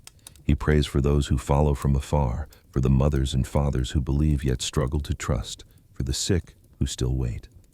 He prays for the world, broken but beloved, blind yet destined to see. The stars burn brighter above him, and the mountain seems to hum with unseen life. The stones under his hands feel warm now, as if creation itself responds to its maker's voice. The wind shifts, brushing through his hair like the whisper of the Spirit. He stays for hours, unmoving, listening. Every thought is stripped away until only love remains, pure, unbroken, patient. This is why he always returns to prayer. The world takes from him constantly, but here, the Father gives. Here, the Son drinks deeply from the well of eternity. He remembers the desert, the hunger, the silence, the voice of temptation. But now, that same silence feels holy. The solitude is no longer a trial, but a meeting place. This mountain, in its stillness, becomes a new desert, not barren, but breathing. Every gust of wind carries the echo of the Father's will. As dawn begins to stir, light spills gently over the peaks, painting them gold and rose. He watches the horizon, the slow birth of another day. Below, the villages begin to wake. Fires spark, roosters call, children's voices rise faintly in the distance. Life moves on, unaware of the prayer that guards it from above. He stands, stretching sore limbs. The chill of the night clings to his robe, but within, he feels warmth that no sun can give. The peace of heaven lingers on his skin like dew. He looks once more toward the heavens, eyes bright, and says, "Not my will, but yours." Then he begins the descent. Each step down feels lighter than the climb up. The world's noise waits for him below, the demands, the questions, the disbelief. But he carries stillness now, the mountain's calm embedded in his spirit. When he reaches the base, the disciples spot him first. Peter hurries forward, worry etched on his face. "Master, everyone's looking for you," he says, half out of breath. Jesus smiles, brushing the dust from his robe. "Then, let's go to them," he answers. His voice is quiet but sure. "That's why I came." He turns toward the path that leads to the next village. The morning sun breaks fully now, spilling light across the land, catching in his eyes like fire.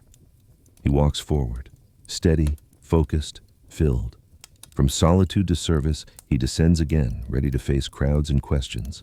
The crowd had followed him for days, across fields, over hills, through dust and heat, drawn not just by curiosity, but by a longing they couldn't name.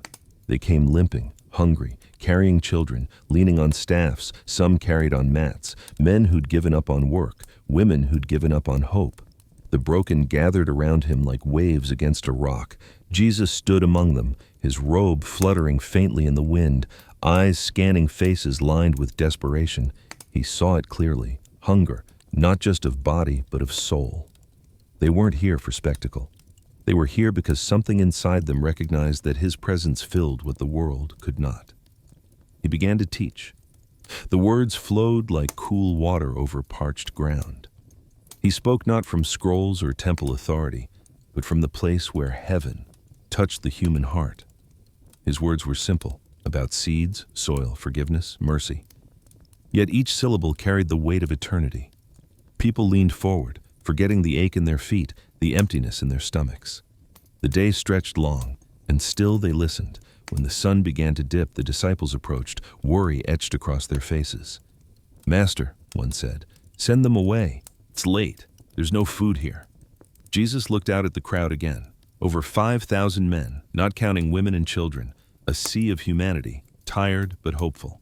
He turned back to his disciples and asked, "What do you have?" Andrew hesitated, then gestured toward a boy holding a small bundle. "There's a lad here," he said, almost embarrassed, "with 5 loaves and 2 small fish. But what is that among so many?" Jesus smiled gently. "Bring them to me." The boy approached timidly, clutching the small basket. His eyes flicked between Jesus and the crowd, uncertain. But when Jesus looked at him, all fear vanished. The boy placed the basket in his hands. Jesus lifted it toward the sky. "Father," he whispered, "thank you." There was no thunder, no flash of power, only gratitude. Then he broke the bread. Piece by piece, he handed it to the disciples. "Give it to them," he said simply. They obeyed, moving through the crowd, distributing the food. At first they gave cautiously, breaking small portions to stretch what little they had. But the bread did not run out. Neither did the fish. Each time they reached back into their baskets, more waited there. Fresh, warm, enough. Gasps rippled through the crowd. Mothers fed their children. Old men wept silently. Young boys stared in disbelief as their hands filled with what they had not asked for. The miracle was quiet, almost shy. Not spectacle, but sustenance. Jesus watched them eat, a soft smile forming on his lips. This moment, this simple act, carried the weight of every trial he had faced in the wilderness. When the tempter had whispered, "Turn stones to bread," he had refused. Now, in obedience, he turns bread into a miracle, not to prove power, but to reveal love. The crowd ate until no one was hungry. The children laughed, tossing crumbs into the air. The sound of joy rolled across the hillside like music. For the first time in years, perhaps lifetimes, these people felt full, not just in their stomachs, but in their spirits. When all had eaten, Jesus turned to his disciples again. "Gather the leftovers," he said. "Let nothing be wasted." They moved through the grass, filling basket after basket until 12 brimmed over, one for each of them. Even in abundance, he taught stewardship. Nothing in the Father's hand was ever wasted. As the evening light softened, the people began to murmur. "Surely this is the prophet," some said. "Maybe even the Messiah." Their words carried awe, but beneath it, something else began to stir, quiet and dangerous. Whispers spread like fire. If he can feed thousands, what else can he do? What power could he hold? Jesus felt the shift in the air. He could sense the tremor in their hearts. Awe, yes, but also desire. Some wanted to crown him king. Others, watching from a distance, felt unease twist into envy. His miracles comforted the humble, but threatened the proud. He rose and stepped away from the center of the crowd, the last rays of sun catching his face. The people still celebrated, laughing, eating, unaware of how close they stood to the edge of misunderstanding. He walked a few paces up the hill, pausing to look back at them. Thousands of souls, full and content, yet unaware that the miracle they'd seen was only a shadow of a greater one to come. He knew the same mouths that now blessed him would one day shout for his death. Still, his heart held no resentment, only love. The disciples followed at a distance, arms full of leftover baskets, their faces glowing with wonder. They didn't speak. They didn't need to. The impossible lay heavy in their hands. Jesus turned his eyes to the horizon, where the light faded into purple and gold. "The kingdom of God," he murmured, almost to himself, "is not in crowns or armies. It is in bread broken and hearts opened." The breeze carried his words across the lake, rippling through the water like a secret too vast to contain. Below, the crowd lingered, some kneeling, others watching him with tears in their eyes. They didn't know it, but what they had just witnessed was more than a miracle. It was the heart of heaven revealed through hunger. He breathed deeply, the cool air filling his lungs. The wilderness had taught him that dependence was not weakness, but strength. The hunger that once threatened to undo him now became his greatest lesson, that the soul fed by obedience never starves. The moon began to rise, silver and quiet over the hills. The crowd's awe lingered in the air like incense, but not all who watched rejoiced. Among the distant shadows, whispers grew sharper. Some hearts hardened even as others opened. The crowd's awe stirs envy and fear in others. The murmurs reached him before the men did. They spoke his name in low tones, their words sharp and cautious, like knives being drawn in secret. The miracles, the crowds, the whispers of Messiah, these things had begun to stir unease in those who ruled by law and appearance. To the Pharisees, power rested not in compassion, but in control.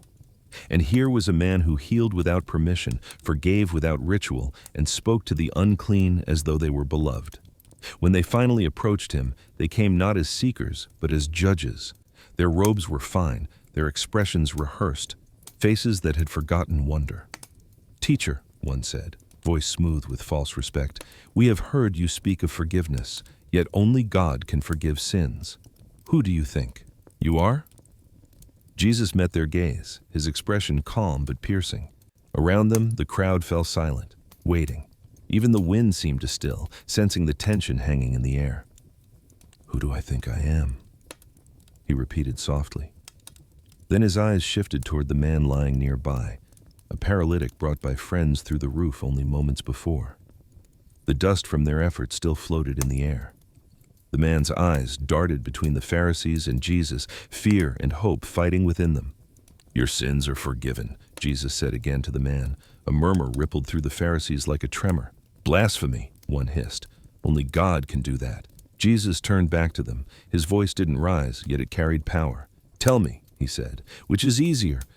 To say, 'Your sins are forgiven,' or to say, 'Get up and walk'?" They didn't answer. None dared. Jesus crouched beside the man, his hand gentle on the broken shoulder. "So that you may know the Son of Man has authority on earth to forgive sins." His voice trailed off, and then quietly, he said, "Rise." The man's body trembled once, then strength returned like lightning through his limbs. He pushed himself up, first to his knees, then to his feet. The crowd gasped as he stood fully, his legs firm beneath him. He looked at Jesus, then at the Pharisees, unable to speak. Jesus smiled. "Take your mat and go home." The man bent, lifted his mat, and walked out through the stunned silence, tears streaking down his face. The people rejoiced. The Pharisees did not. Their silence was heavier than any shout, a cold, coiled thing. As the crowd pressed forward, praising God, the Pharisees stepped back. Their eyes were filled not with awe, but with unease. Truth had confronted them, and instead of freeing them, it exposed their emptiness. They lived in a desert of their own making, a wasteland not of sand, but of hearts hardened by pride. Later that day, Jesus walked alone for a while, down a narrow street lined with traders and beggars. He heard their voices, saw their needs, and met each one with quiet mercy. But the conversation with the Pharisees lingered. They were men who had memorized the law, but forgotten its heart. They could recite scripture, but not live it. Their world was polished on the outside, but hollow within, a spiritual desert, colder than the wilderness he had faced under the devil's voice. That night, a Pharisee came to him in secret, Nicodemus. His robe was clean, his words careful. "Rabbi," it said, "no one could perform the signs you are doing if God were not with him." Jesus looked at him, eyes kind but direct.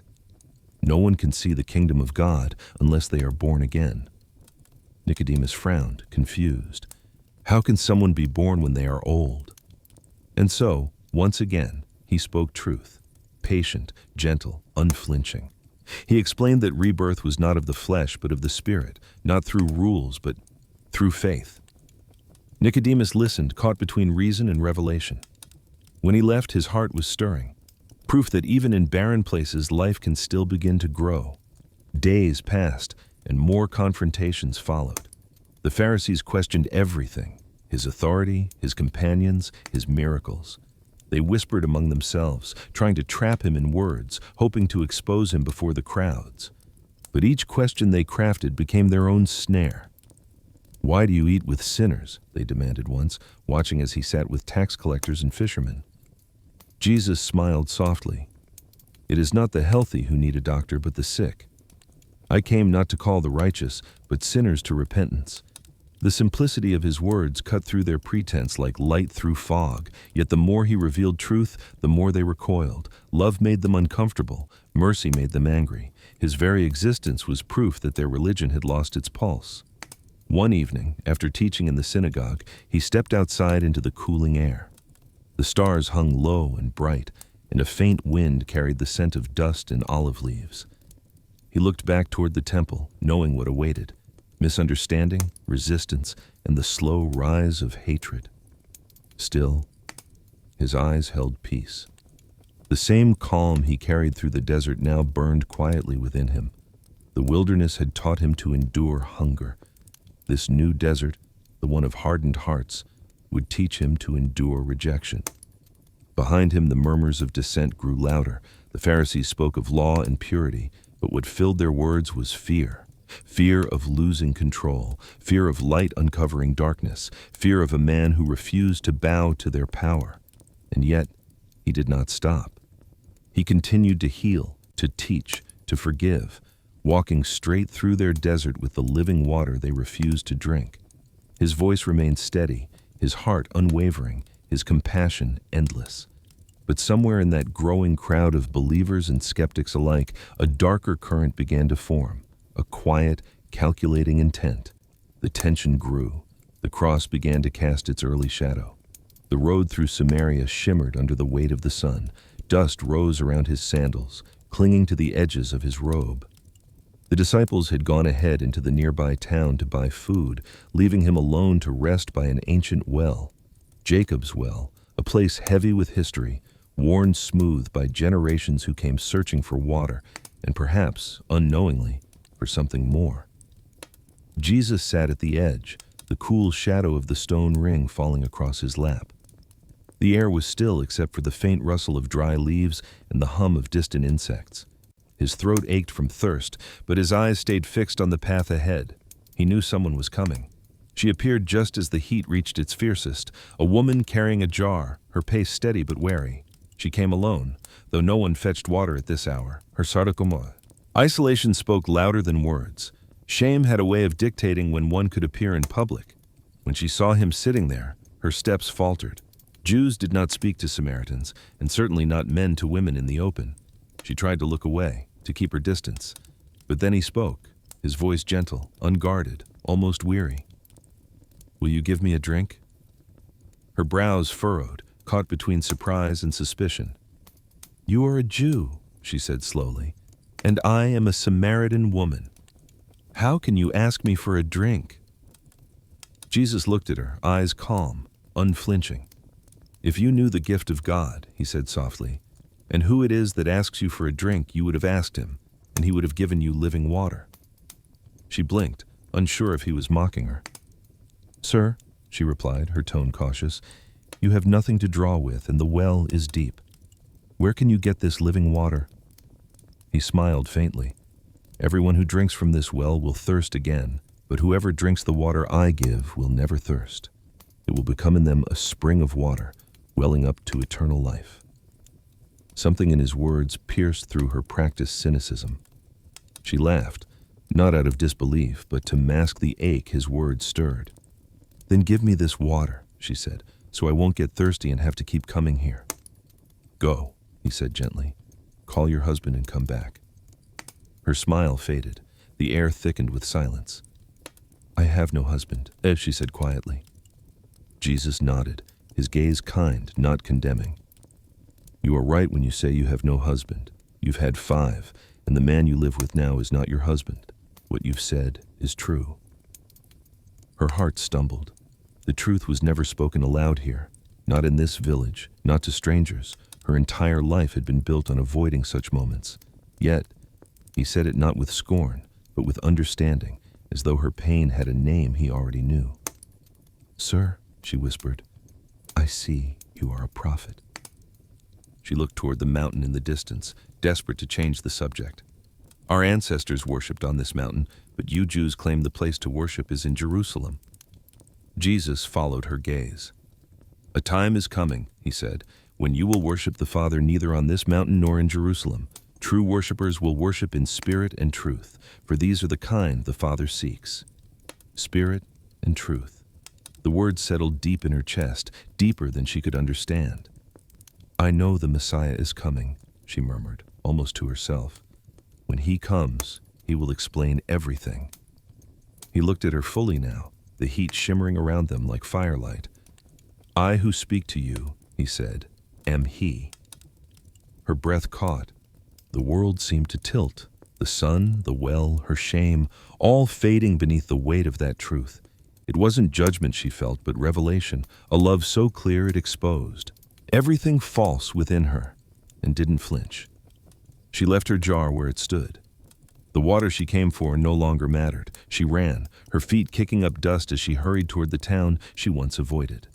Her voice, once silenced by gossip and guilt, now rang through the streets. "Come and see a man who told me everything I ever did. Could this be the Messiah?" The people stared. Some laughed, but her conviction burned bright, undeniable. Something had changed in her, a desert heart now flowing with living water.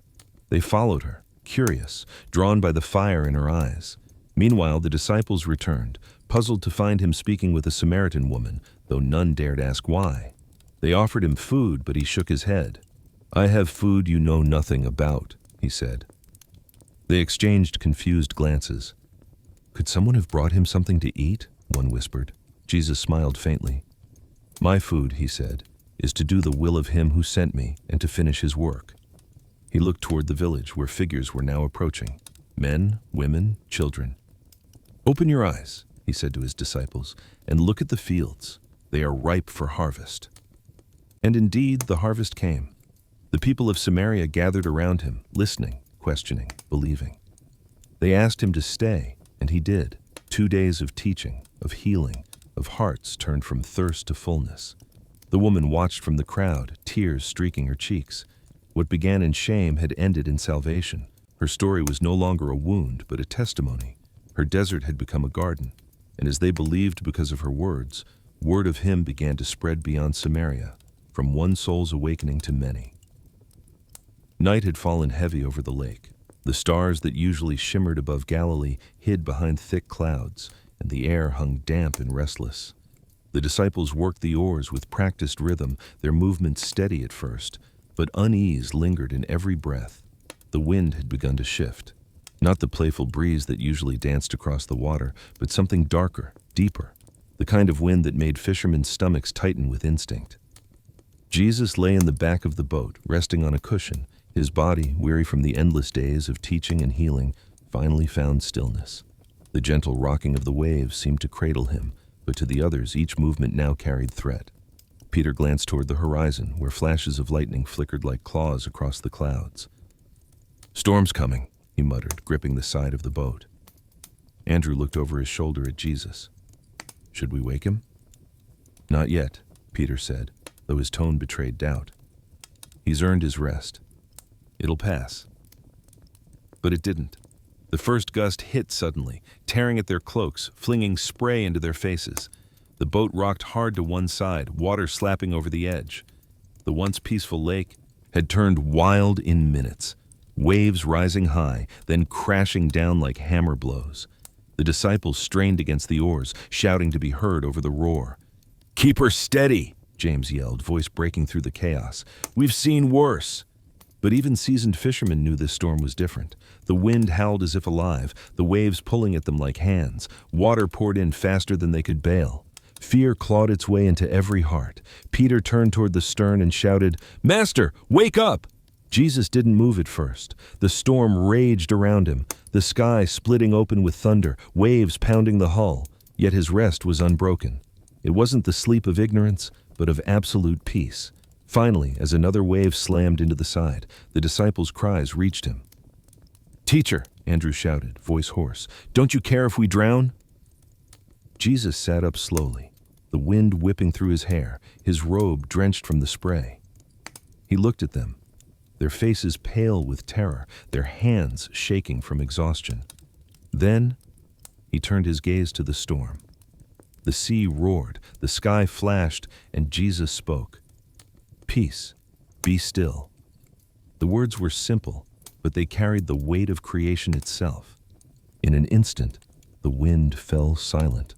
The waves froze mid-rise, then settled, sighing back into calm.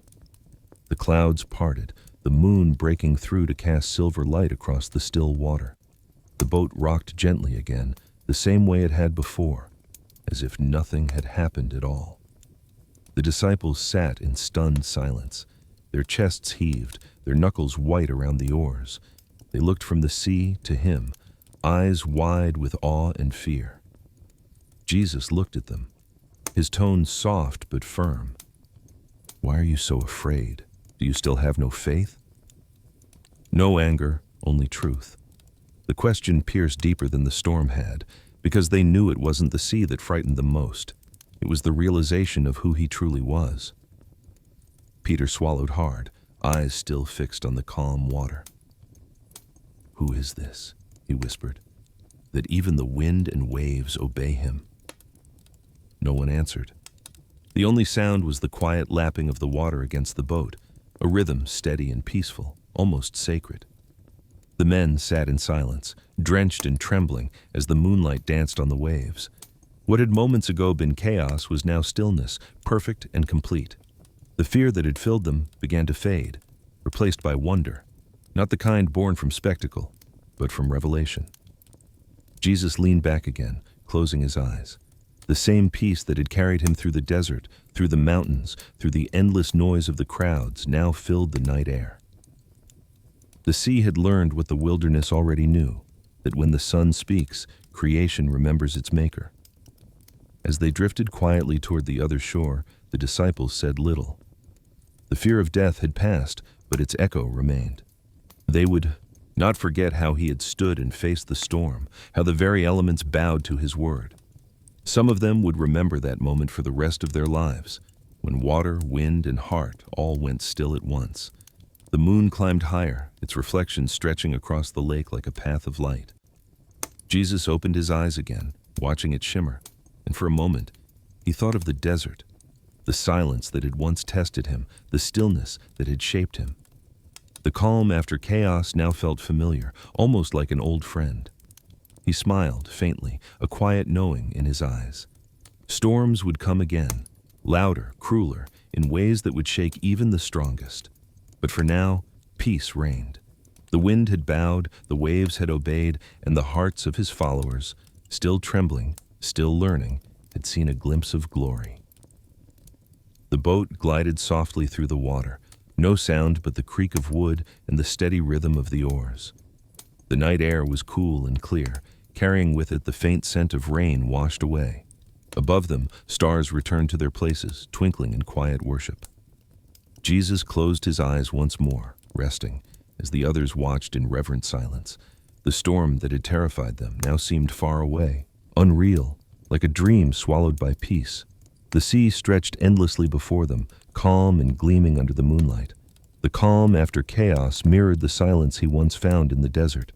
The morning after the storm was quiet, a strange, heavy calm that hung in the air like a held breath.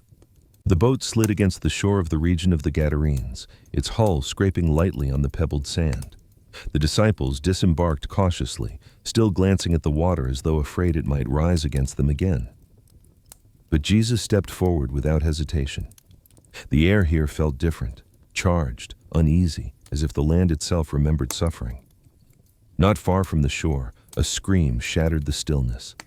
It wasn't the sound of pain alone, but of torment, a human voice twisted by something inhuman. The disciples froze.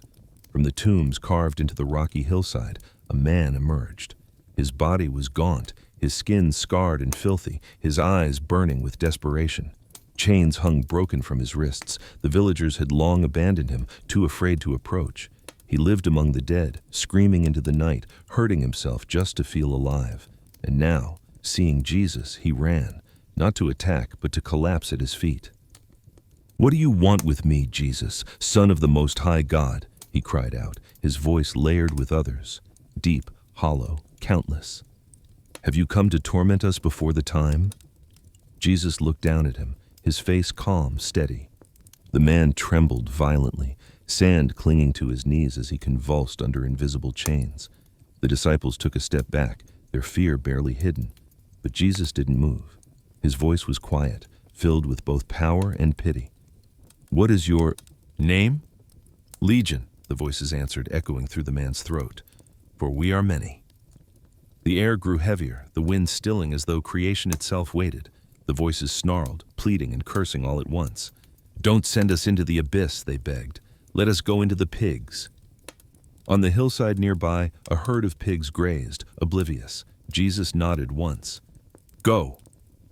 The man screamed as the unseen storm within him broke loose. The pigs suddenly shrieked and bolted, a chaotic rush of sound and motion, plunging down the steep slope into the water below. The sea churned violently for a moment, then went still, as if swallowing the darkness whole. Silence. The man collapsed, trembling, but the madness was gone. His breathing slowed, his eyes cleared. He looked up at Jesus, not with terror now, but with something fragile and new, peace. The disciples approached slowly, astonished. The man who had once been the terror of this region now sat still at the teacher's feet, clothed, sane, quiet. He looked around at the world as if seeing it for the first time. When the villagers arrived, drawn by the noise, they stopped dead in their tracks. Their fear was not of the demons, but of the power that cast them out. They begged Jesus to leave their region, unable to bear the sight of such holiness among them. The man clutched at Jesus' robe. "Let me come with you," he pleaded. "Please, don't leave me here."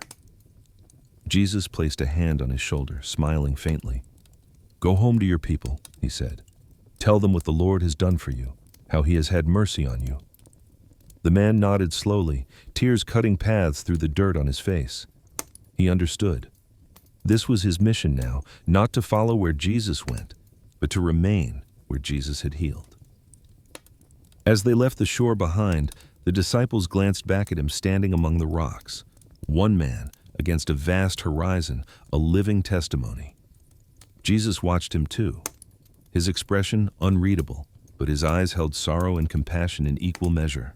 As they journeyed onward, more cries reached him. The leper calling out from a distance, the blind man groping through the crowd, the child seized by an unseen spirit. Each cry was a thread of suffering, woven into the same fabric of humanity he had come to redeem. And he heard them all. He healed with touch, with word, with silence. To one he said, "Be clean." To another, "Your faith has made you well." Sometimes he said nothing at all, only looked. And in that gaze the lost found home again. Every miracle drew more people to him, and yet, beneath the gratitude and awe, the weight of their pain pressed deep upon his heart. For every healed body, there was another broken soul still waiting. Every cry he silenced reminded him of a greater silence, the wilderness, the 40 days, when he himself had faced hunger and isolation. But that desert had taught him something the world had not forgotten.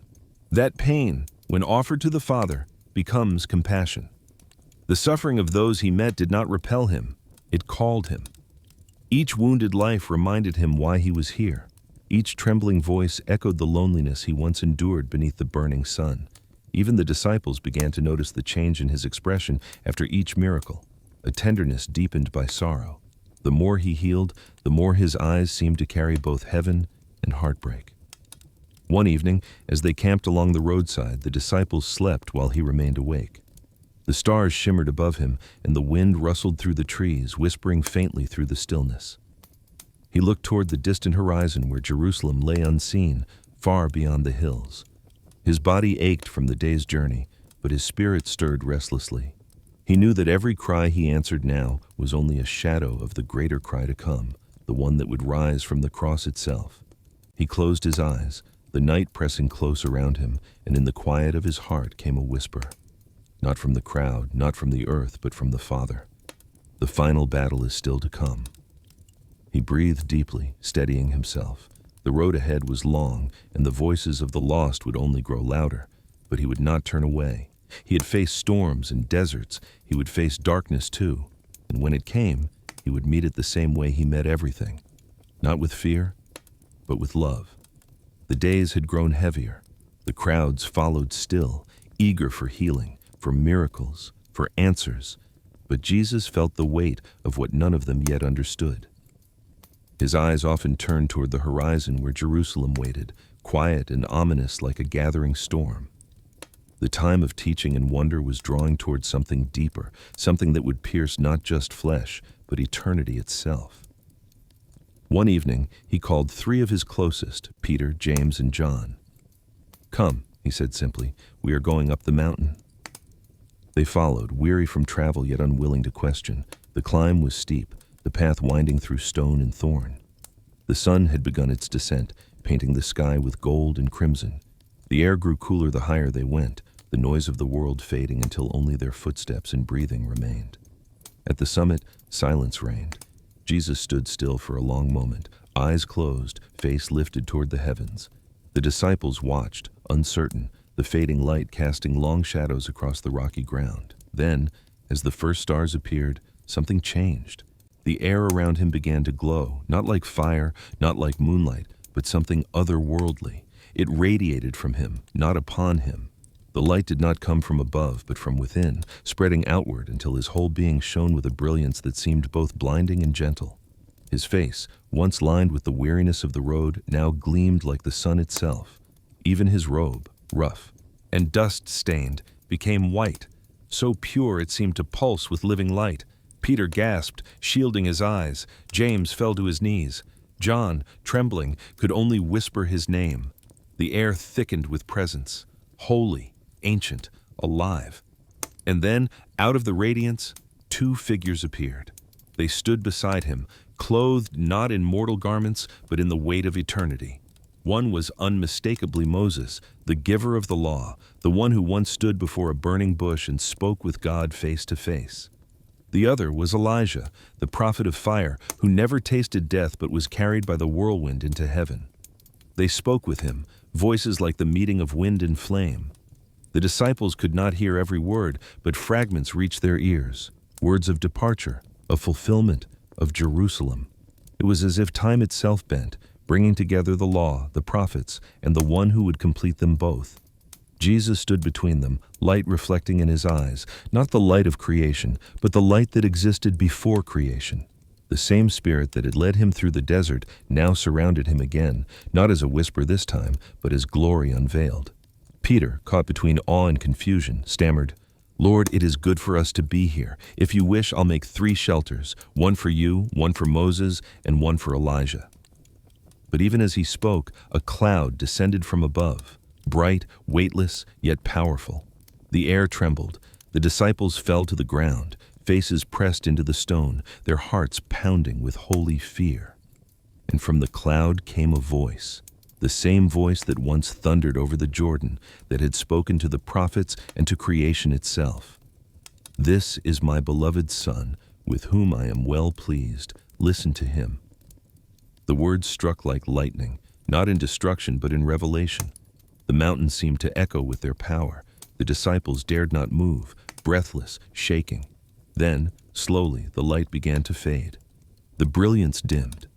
The figures of Moses and Elijah dissolved into the mist, leaving only Jesus standing there, no longer radiant, but familiar once more. He stepped toward them, his hand gentle on Peter's shoulder. "Rise," he said softly. "Do not be afraid." They looked up. The light was gone. The stars had returned, the mountain quiet again. But something within them had changed, something that words could not hold. They had seen him as he truly was, not just teacher or healer, but the living Son, clothed in the very glory of God. As they descended, the world seemed different. Every stone, every breeze, every flicker of starlight felt alive with meaning. None spoke for a long while, till finally Jesus broke the silence. "Tell no one what you have seen," he said, "until the Son of Man has been raised from the dead." The words hung in the cool night air.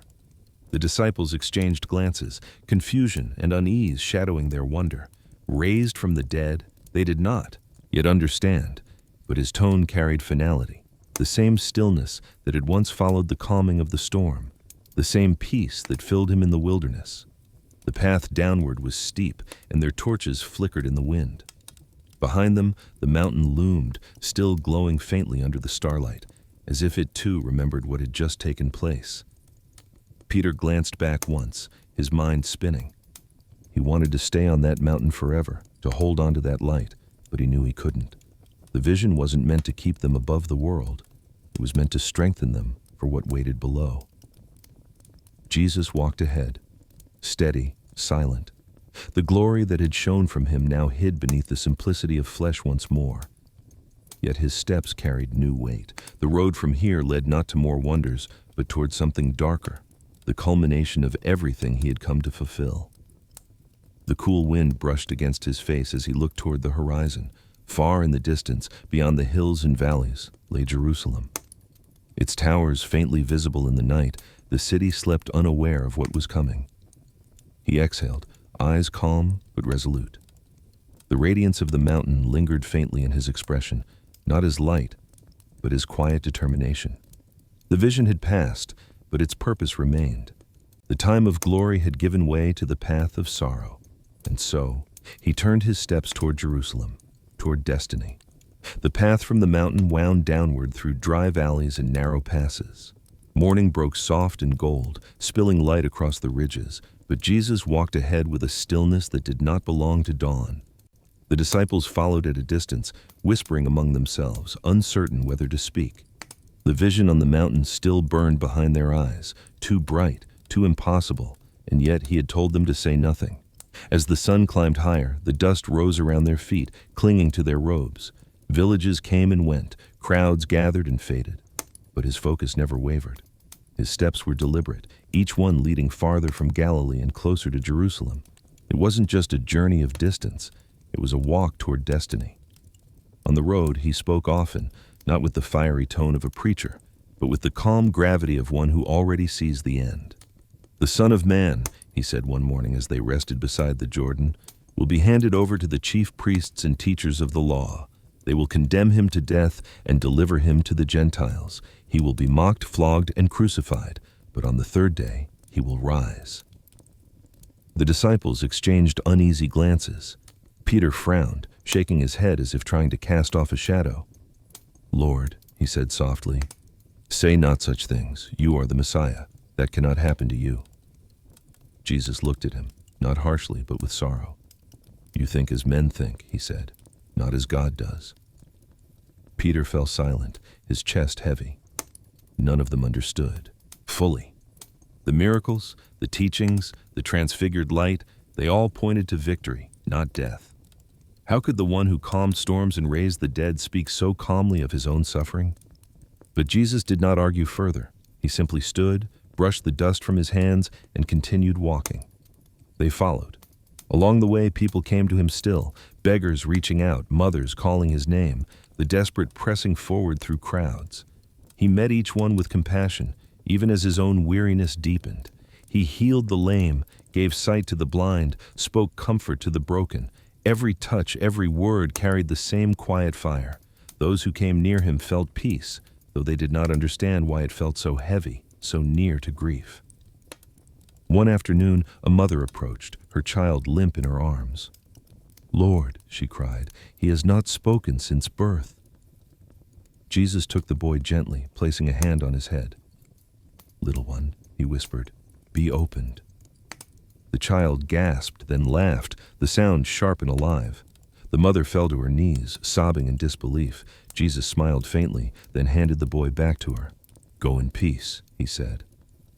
Behind him, the disciples watched. Each miracle stirred awe in them still, yet there was something different in his expression now.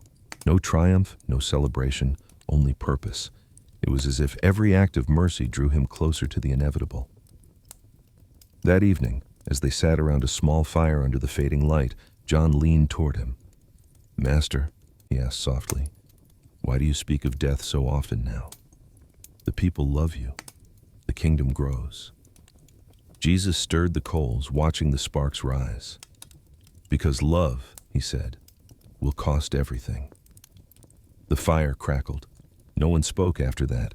As the days passed, the landscape changed, rolling hills giving way to rocky paths and narrow roads.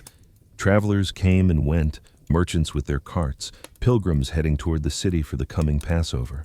The air grew cooler at night, carrying the scent of olive trees and dust. Sometimes, when the disciples slept, Jesus would walk a little farther up the road, alone beneath the stars.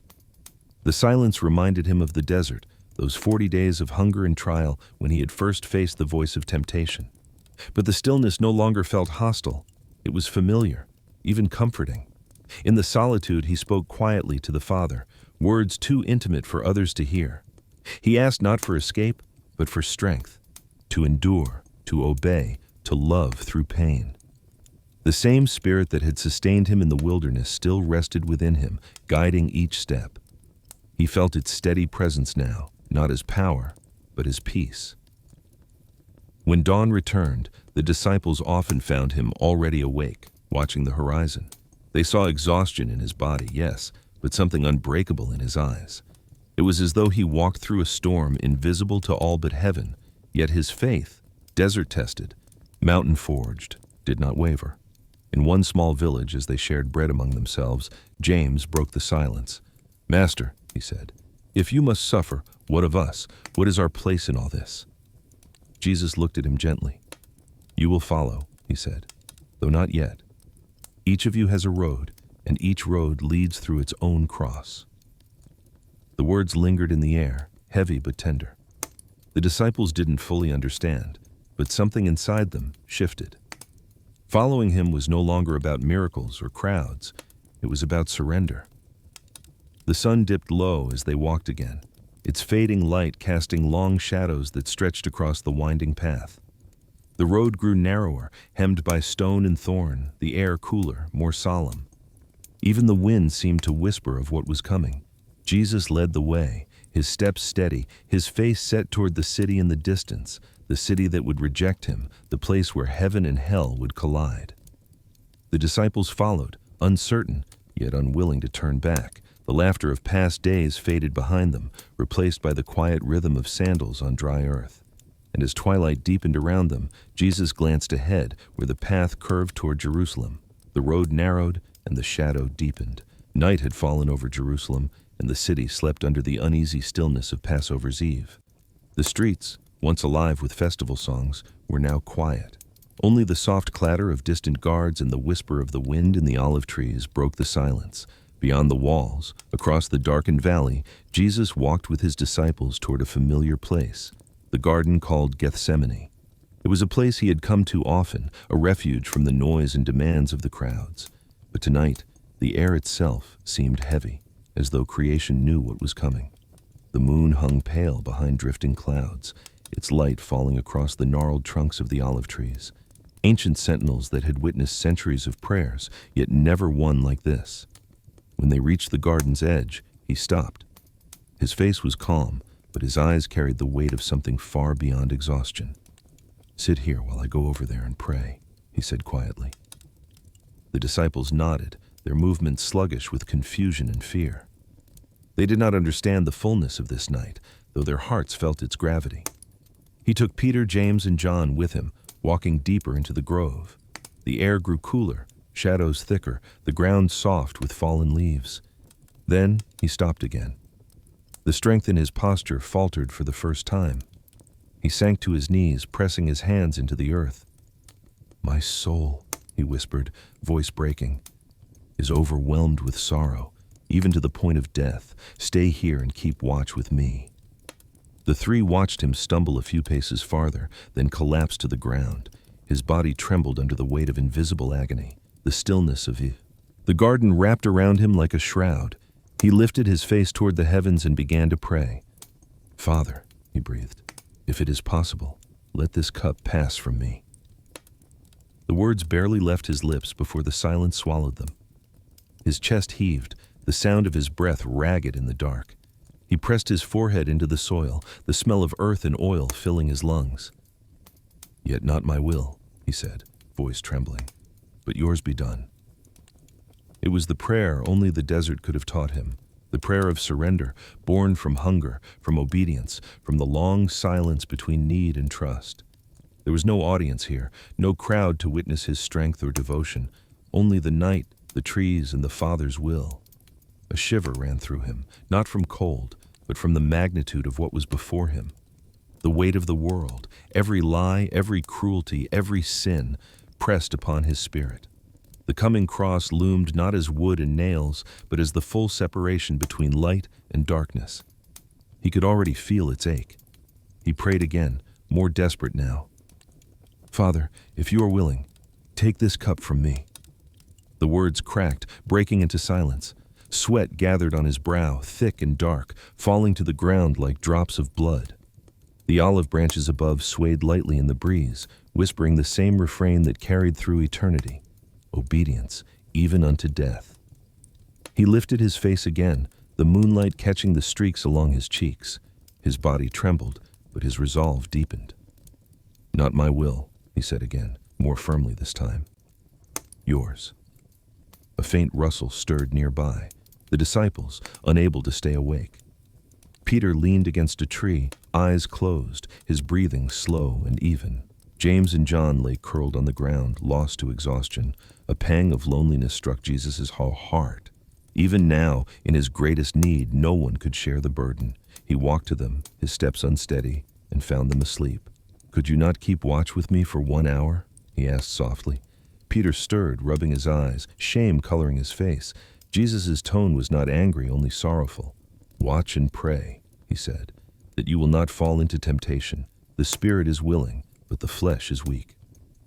He turned away again, returning to the place where his tears had already dampened the soil. He knelt once more, shoulders shaking as he whispered the same words over and over until the weight began to ease. The struggle did not vanish, it was accepted. The air shifted, subtle but real. The heavens seemed to draw near, and in that closeness the Father sent strength. It wasn't rescue, but reassurance. Peace entered his heart like the first light of dawn after a long night. He stood slowly, wiping his brow, breathing deeply of the cool night air. The storm within him had stilled. Behind him, the disciples still slept, unaware of the battle fought and won in the unseen realm. Jesus looked down at them tenderly. Even in their weakness, he loved them completely. They would soon scatter, deny, and run, but he would still go forward for them. He stepped closer to the edge of the garden, and that's when he saw it, the flicker of light in the distance. Torches, dozens of them, moving like fireflies through the valley below, growing brighter as they climbed the path toward the grove. The faint clang of armor echoed in the stillness, the sound of steel and betrayal carried by the wind. He exhaled slowly, the peace in his eyes unwavering. "It has begun," he murmured. The rustling of branches grew louder as the soldiers approached. The disciples stirred, confused, their half-dreaming minds snapping awake at the sight of torchlight through the trees. Peter's hand went instinctively to his side, where his small blade rested. But Jesus stood tall now, no trace of fear or hesitation. The same resolve that had carried him through the desert now filled him again. Obedience made complete. He looked toward the approaching crowd, their faces flickering in the orange glow. And at the front, holding no torch but walking with purpose, was Judas. The night that had begun in prayer now trembled with footsteps and fire. The silence that once surrounded him shattered, replaced by the approaching noise of betrayal. The soldiers' torches approach. The silence breaks. The night air was thick with the smell of smoke and sweat. The garden's peace had been shattered completely. Now, the sound of chains, the shuffle of soldiers' boots, and the low murmur of mockery filled the air. Jesus stood bound, his hands tied loosely before him, the faint glow of torches reflecting off his face. Behind him, the olive trees swayed as if grieving. Before him stood power, or what men believed was power. They led him first to the house of Caiaphas, the high priest. The courtyard was crowded, faces illuminated by firelight, eyes wide with a mixture of curiosity and contempt. Peter followed from a distance, blending into the shadows. Above the noise, the voices of the elders and teachers of the law rose sharply, weaving accusations like a net. "He blasphemes," one shouted. "He claims to be the Son of God," said another. "He threatens the temple." Each word was meant to wound, to provoke, to trap, yet he said nothing. His silence was not weakness. It was the strength of a soul that no longer needed to defend itself. False witnesses were brought in, their testimonies contradicting one another. The high priest grew frustrated, his tone sharp and desperate. "Have you no answer to make?" he demanded. "What is it that these men testify against you?"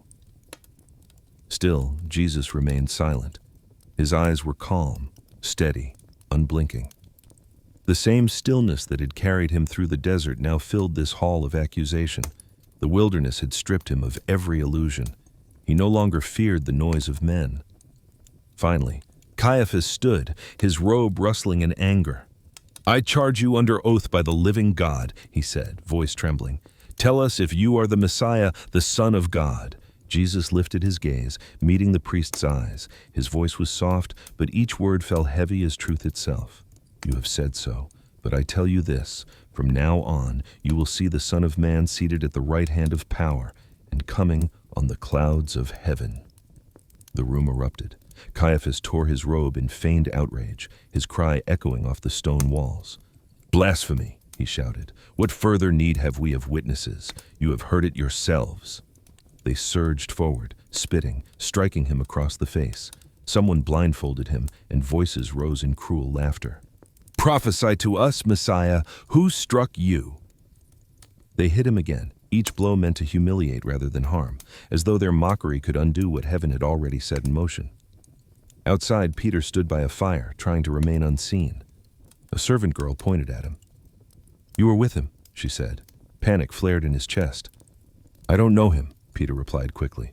Another voice pressed him, then another. The words came out again, sharper, louder. "I tell you, I don't know the man." Then a rooster crowed. The sound pierced the night like judgment itself. Jesus, bruised and bound, turned his head just slightly. Their eyes met. Peter froze, the heat of shame flooding his face. He stumbled away into the darkness, his sobs swallowed by the wind. As dawn broke, the priests brought Jesus before the Roman governor, Pilate. The courtyard was larger here, the air colder. Pilate regarded him curiously, this quiet prisoner, beaten yet regal. "Are you the king of the Jews?" he asked. "You say so," Jesus answered simply. Pilate frowned. "Do you not hear the charges they bring against you?" Again, silence. The governor studied him, puzzled. Most men in this position begged, screamed, or cursed, but this one, he stood as if he pitied those who condemned him. Pilate turned to the crowd that had gathered, their voices swelling with the priest's influence. "I find no fault in this man," he said, but the voices shouted louder. "Crucify him!" they cried. "Crucify him!" Pilate hesitated, glancing toward the mob, then back at Jesus. Fear flickered in his eyes, not of guilt, but of consequence. He called for water, washing his hands before them all. "I am innocent of this man's blood," he said. The people roared in response, "His blood be on us and on our children." And so it was done. The soldiers took him then, dragging him from the court. They stripped him of his robe and clothed him in scarlet mockery. A crown of thorns was pressed upon his brow, the points cutting deep into flesh. Blood trickled down his face, mingling with the dust. They placed a reed in his hand, bowing before him in false reverence. "Hail, King of the Jews!" They laughed. One struck him with the same reed, another spat upon him. Through it all, he remained still. His silence was not defeat. It was victory veiled in restraint. Each insult, each blow was a choice he endured willingly. His composure unnerved even the hardened soldiers. There was no hatred in his eyes, only sorrow and love interwoven. Outside, the crowd gathered again, restless with bloodlust. The morning light had grown harsh, casting long shadows across the courtyard. The soldiers prepared a wooden beam, rough and heavy, stained from other men's deaths. They placed it upon his shoulders. The trial had ended, but judgment had not. The law had failed to see innocence, blinded by its own fear. Yet even in condemnation, he carried the quiet authority of heaven. As he stepped through the gate, sunlight struck his face, a reminder of the same sun that once burned over the desert sands when he had faced temptation alone. The silence that began there now followed him still, even as the world shouted for his death. From judgment to sacrifice, the cross waits. The beam was heavier than any burden he had ever carried, though not because of the wood. It was the weight behind it, the unseen load of guilt and grief, of broken humanity pressed onto his shoulders. When they placed it upon him, the splinters dug into his torn back and his knees buckled under the strain. The soldiers shouted and struck him, forcing him to stand. Around him, the crowd swelled like a tide, some shouting mockery, others weeping in silence. The road stretched ahead, a narrow path of dust winding upward toward the place called Golgotha, the skull. The same sun that had scorched the wilderness now beat down upon him. The same wind that had once whispered through lonely desert sands now carried the cries of a city watching its own salvation stumble toward death. Each step was a memory of obedience, the desert, the hunger, the silence, all returning now in their truest form. This was the final testing ground, the last temptation, and he would not turn away. He stumbled once, the cross crashing to the ground beside him with a thud that echoed through the crowd. The soldiers cursed, pulling him up roughly. Blood streaked his face, mingling with sweat and dust. The world blurred before his eyes, but he did not resist.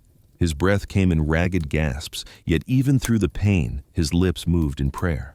From the crowd, a soldier grabbed a man from Serene, Simon by name, pulling him forward. "You," the soldier barked, "carry it." Simon hesitated, then obeyed, stooping to lift the beam. His muscles strained under its weight, his eyes darting toward the condemned man beside him. He had never seen such quiet strength, this broken figure, bloodied and beaten, yet radiant with peace. Jesus looked at him for a moment, no words, only a glance, and in that brief meeting, Simon felt something shift inside him. It wasn't pity, it was reverence. These. Procession moved slowly, each step grinding against the earth, each breath a struggle. Women lined the roadside, some wailing, others clutching their faces in disbelief. One of them cried out, "Blessed is the womb that bore you and the breasts that nursed you." Jesus turned his head toward her, his voice faint but steady. "Do not weep for me," he said, "but for yourselves and for your children." His words carried more than sorrow. They carried warning, compassion mingled with prophecy. Even now, burdened and bleeding, his thoughts were not of himself, but of those still lost in their own deserts. They reached the city gate, and beyond it, the hill loomed, a jagged rise of stone silhouetted against the burning sky. The crowd's noise grew louder here, the soldiers' cruelty sharper. Some threw stones, others hurled insults. "He saved others," someone shouted. "Let him save himself." But he did not. He would not. His body sagged under the weight, his feet dragging through the dust, the same dust he had walked upon when he healed the blind, when he forgave the broken, when he called the lost. Now it clung to him again, creation itself mourning as its maker was led to die. At the base of the hill, the soldiers yanked the cross from Simon's grip and threw it to the ground. Jesus fell beside it, chest heaving, the breath nearly gone from his lungs. One soldier knelt to fasten the ropes that would hold his arms in place, but another, impatient, reached for the iron spikes. Jesus turned his face toward heaven, whispering softly, "Father, forgive them, for they do not know what they are doing." The words were carried away on the wind, lost beneath the rising clamor. Yet heaven heard. The angels who had once ministered to him in the desert now watched in trembling silence. The soldiers worked with practiced indifference.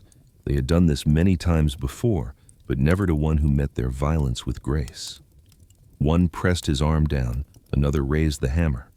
The sound of metal meeting flesh filled the air, a sharp crack that tore through the noise of the crowd. His body jolted, his fingers clenched, but no curse left his lips. Only breath, only surrender. They moved to the other hand, the hammer rising again. The crowd recoiled at the sound, some turning away. The women wept. The soldiers continued, cold and efficient, their movements mechanical, their eyes empty. They lifted the cross then, the wood groaning as it was raised upright. His weight pulled against the nails, tearing through muscle and bone. A single cry escaped him, not of rage, but of pain too deep for words. The beam settled into its place with a dull, final thud. Above his head, they nailed a sign written in mockery, "Jesus of Nazareth, King of the Jews." The title was meant as ridicule, yet it rang true in the language of eternity. He was king, not of empire or sword, but of the broken and the lost. The crown of thorns upon his head glistened with blood, each thorn a symbol of the world's rebellion now redeemed through suffering. The crowd watched as the sky began to change, clouds thickening, light fading. The air grew heavy, as if the world itself could no longer bear the sight. The soldiers gambled for his clothes, laughing under the darkening sky. Nearby, his mother stood with John, her heart breaking in silent agony. Jesus' breath came slower now. His eyes, though dimming, still carried peace, unbroken, unwavering. The wilderness had prepared him for this silence, for this surrender. He looked toward the horizon one last time. The sun dipped low, casting long shadows across the hill. The same light that had once marked his ministry now fell upon the cross, burning gold against the darkness. Each heartbeat slowed, each breath shortened, the nails held firm, but Heaven trembled. The earth grew still as if creation itself waited. Even the wind seemed to stop, listening. Above him, the clouds deepened to black, and the first rumble of thunder rolled across the sky. The nails descend. Heaven holds its breath. Darkness fell at noon, not the kind that comes slowly with the turning of the earth, but a sudden, swallowing blackness that silenced the world. The sky itself seemed to mourn. The laughter of the soldiers died out, the jeers of the crowd faded into uneasy whispers, and even the wind ceased to blow. The earth waited, tense, trembling, aware that something beyond comprehension was unfolding. Jesus hung motionless upon the cross, his body sagging under its own weight. The blood that had once flowed freely now dried in streaks along his arms and face. His breathing was shallow, each gasp drawn like the final tide pulling back into the sea. The crown of thorns rested crooked on his head, its cruel edges glinting faintly in the dim light. Every wound, every bruise, every lash was a testimony of love written on flesh. At the foot of the cross his mother stood. Her face was pale, her eyes red, but she did not look away. Beside her, John wept quietly, holding her trembling shoulders. Around them, a few others. Women who had followed him from Galilee, who had served, who had believed, knelt in the dust. Their prayers were voiceless now. Words had run dry. Above, the sky cracked open with thunder, though no rain fell. Lightning streaked across the clouds, illuminating the scene for a heartbeat. The broken Savior, the trembling soldiers, the watching heavens. Then came stillness again. Jesus opened his eyes slowly, the effort immense. Through the haze of pain, he looked down, at his mother, at his friend, at the ones who had not fled. His lips moved, the words hoarse but filled with tenderness. "Woman, behold your son." Then to John, barely audible, "Behold your mother." John bowed his head, understanding what was being entrusted to him. It was not only the care of Mary, but the continuation of love itself. Love that endures even when hope seems gone, moments, stretched into eternity. The soldiers shifted uneasily, some casting nervous glances at the sky. One of them, the centurion, watched more closely than the rest. He had overseen many executions, had watched countless men die, cursing and clawing at their fate. But this one was different. The calm, the forgiveness, the strength even in suffering. It unsettled him. Jesus' voice came again, weaker now. "I thirst." A soldier dipped a sponge into sour wine and lifted it to his lips on a reed. The bitter liquid touched his tongue. He nodded faintly, then whispered, "It is finished." The words echoed through the air, not of defeat, but of completion. The work was done, the cup emptied. He had carried the world's sin into the grave before he even entered it. His body trembled once more. He lifted his face toward heaven, eyes half closed, and breathed the final prayer. "Father, into your hands I commit my spirit." And then silence.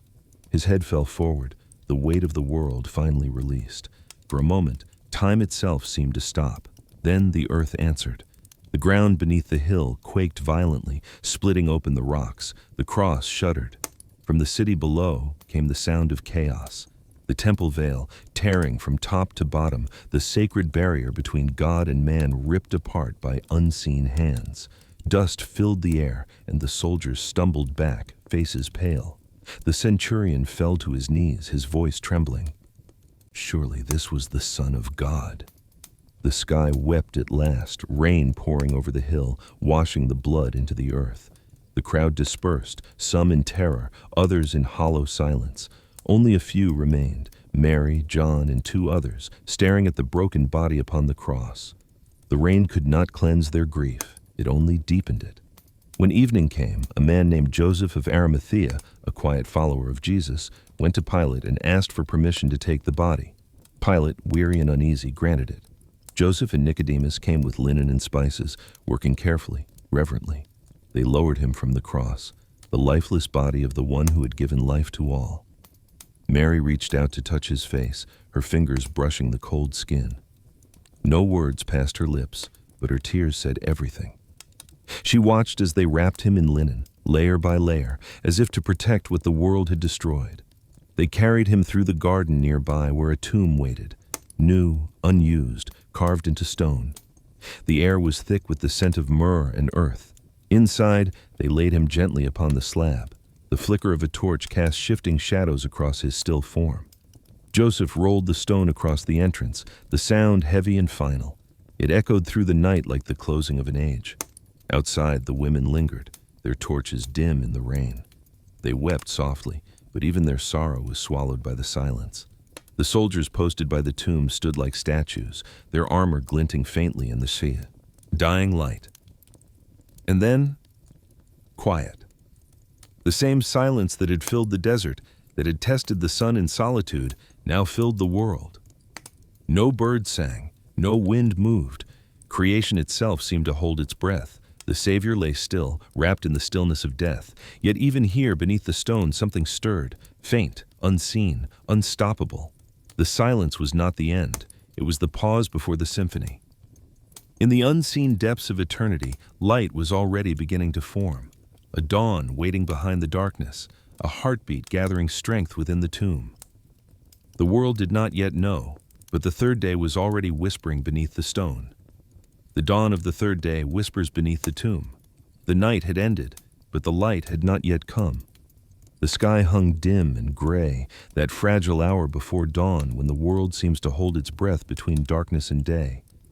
The city of Jerusalem lay quiet, still scarred by yesterday's horror. The shouts, the hammering, the thunder, all gone. Only the echo of memory lingered. In the garden, dew clung to the blades of grass, heavy and cold. The tomb stood silent, a mound of stone sealed by human fear. The guards stationed there huddled near a dying fire, armor glinting faintly in the half-light. None of them spoke. Even they could feel it, a strange unease in the air, something alive beneath the stillness. Then it happened. The earth shuddered again, not in rage this time, but in renewal. The ground trembled softly, then fiercely, the olive trees shaking as if awakening from a long sleep. The guards stumbled, reaching for weapons they did not understand how to use against what was coming. From the heavens, a brilliance broke forth, not lightning, but light itself, pure, blinding, living. The stone that sealed the tomb groaned, then rolled aside with effortless grace. It didn't fall, it didn't crack, it simply moved, as though obeying a command spoken before the beginning of time. The soldiers fell to the ground, trembling, their eyes wide with terror. Before them stood a figure clothed in radiance, not of this world, not bound by it. His face shone like morning, his presence pulsing with power. "Do not be afraid," the angel said, his voice steady as wind through mountains. "He is not here. He is risen, just as he said." The words hung in the air like thunder made gentle, shaking the silence until it broke. Far away, as dawn began to paint the horizon, 3 women walked quickly toward the tomb. Mary Magdalene led the way, her heart heavy, her hands clutching the spices they had prepared. Behind her came Mary, the mother of James, and Salome, their faces pale in the dim light. They spoke in whispers as they went, the grief still too raw to name. "Who will roll away the stone for us?" one murmured. None answered, but when they reached the garden, the question dissolved in their throats. The stone was gone. The tomb lay open, the guards nowhere to be seen. The air itself seemed to hum with something they could not explain. Not fear, but awe. Mary stepped forward first, her breath catching in her chest. She stooped and looked inside. The tomb was empty. Only the linen remained, folded neatly upon the slab where his body had once lain. A voice spoke from within, calm, clear, impossible. "Why do you seek the living among the dead?" They turned and saw him, a young man clothed in white, his face serene, his eyes reflecting eternity. "He is not here," the angel said again. "He has risen." The words struck like light through fog. For a moment, none of them moved. Their tears, their fear, their disbelief, all collided in a single heartbeat of wonder. Mary's hands shook as she reached for the stone wall beside her. "Go," the angel said gently. "Tell his disciples and Peter that he is going before you into Galilee. There you will see him." The women fled, hearts pounding, half in terror, half in joy. The air around them felt alive, the morning wind singing through the trees. The sun had begun to rise, spilling gold over the garden, over the city that had once cried for his death. The light spread slowly but surely, reaching the empty tomb like a promise fulfilled. Mary Magdalene ran until her lungs burned. She reached the disciples' hiding place, her voice breaking as she spoke. "They have taken the Lord!" she cried. "We don't know where they've laid him." Peter and John bolted from the room, disbelief propelling them forward. They ran through the narrow streets, past the markets, past the sleeping city, until the garden came into view. John reached the tomb first but hesitated at the entrance. Peter arrived moments later and went straight in. He saw the linen, the empty slab, the folded cloth. He stood still, breathless, the truth dawning slowly in his chest. John entered after him, his heart pounding. The two men looked at one another, speechless. Something impossible had happened, something that shattered the meaning of loss itself. They left in silence, hearts caught between confusion and hope. But Mary stayed. Tears blurred her vision as she sank beside the tomb. The garden around her glowed softly with the rising sun. She turned, thinking she saw the gardener standing nearby. "Sir," she said through her sobs, "if you have carried him away, tell me where you have laid him." The man stepped closer. His voice was gentle, familiar, the kind that calls a soul by name. "Mary." She froze. The world stopped. The voice, it couldn't be, and yet it was. She turned, and there he stood, alive, whole, the marks of the nails still visible, but transfigured. Not wounds now, but glory. Her breath caught in her chest. "Rabboni," she cried, falling to her knees. "Do not hold on to me," he said softly, "for I have not yet ascended to the Father. Go to my brothers and tell them, I am ascending to my Father and your Father, to my God and your God." Mary ran again, this time with laughter through her tears. Every step was lighter, the sorrow lifting like mist before the sun. The same garden that had once held death now bloomed with new life. Behind her, the tomb stood open, sunlight flooding its empty heart. The silence of loss had become the song of life. And somewhere, beyond sight, the risen one walked again, quietly beside his own. The road stretched long beneath the late afternoon sun, winding through hills golden with dust and shadow. Two men walked it slowly, their sandals scuffing against the dirt. Their voices were low, tired, the kind of conversation born from heartbreak and confusion. They were leaving Jerusalem, leaving behind the city that had just witnessed the impossible, the death of the one they had hoped would change everything. Cleopas, older and broad-shouldered, shook his head as they walked. "We thought he was the one," he said, his tone heavy. "The one to redeem Israel. But now—" His words trailed off into the breeze. The younger man beside him, face drawn with grief, sighed. "It ended so suddenly. The trial, the cross. I still hear the nails when I close my eyes." He swallowed hard. "And now some of the women claim the tomb is empty, that angels told them he's alive. But how can that be?" The road fell quiet again, except for the whisper of their steps. The sound of wind through olive branches filled the silence like a distant sigh. Then, from behind them, another set of footsteps approached, slow, steady, unhurried. A traveler, cloaked against the sun, caught up to them and matched their pace. His face was shaded by his hood, but his voice, when he spoke, carried warmth that seemed to settle the air around them. "What are you two discussing as you walk?" he asked gently. They stopped, startled.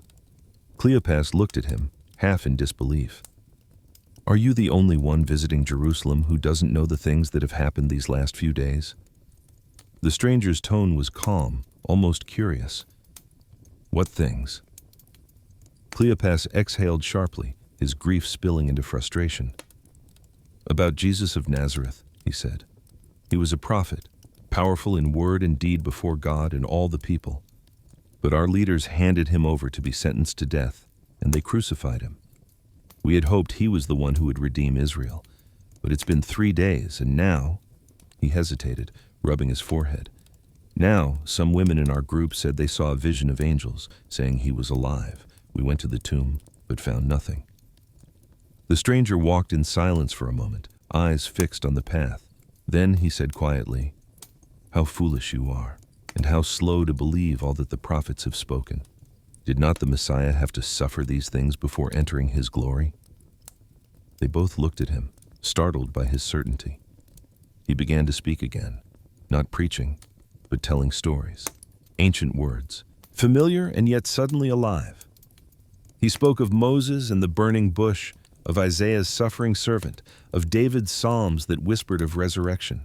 With each sentence, the scriptures unfolded like sunlight, breaking through clouds. As he spoke, something began to stir within them, a warmth, faint at first, then steady. The ache of despair that had weighed their hearts started to lift, replaced by a strange, quiet hope they couldn't explain. The road, once long and lonely, seemed to shorten beneath their feet. Hours passed unnoticed until the first glow of evening touched the horizon. The little village of Emmaus appeared ahead, its stone walls soft in the golden light. The stranger made as though to keep walking, but Cleopas reached out quickly. "Stay with us," he urged, "for it is nearly evening. The day is almost over."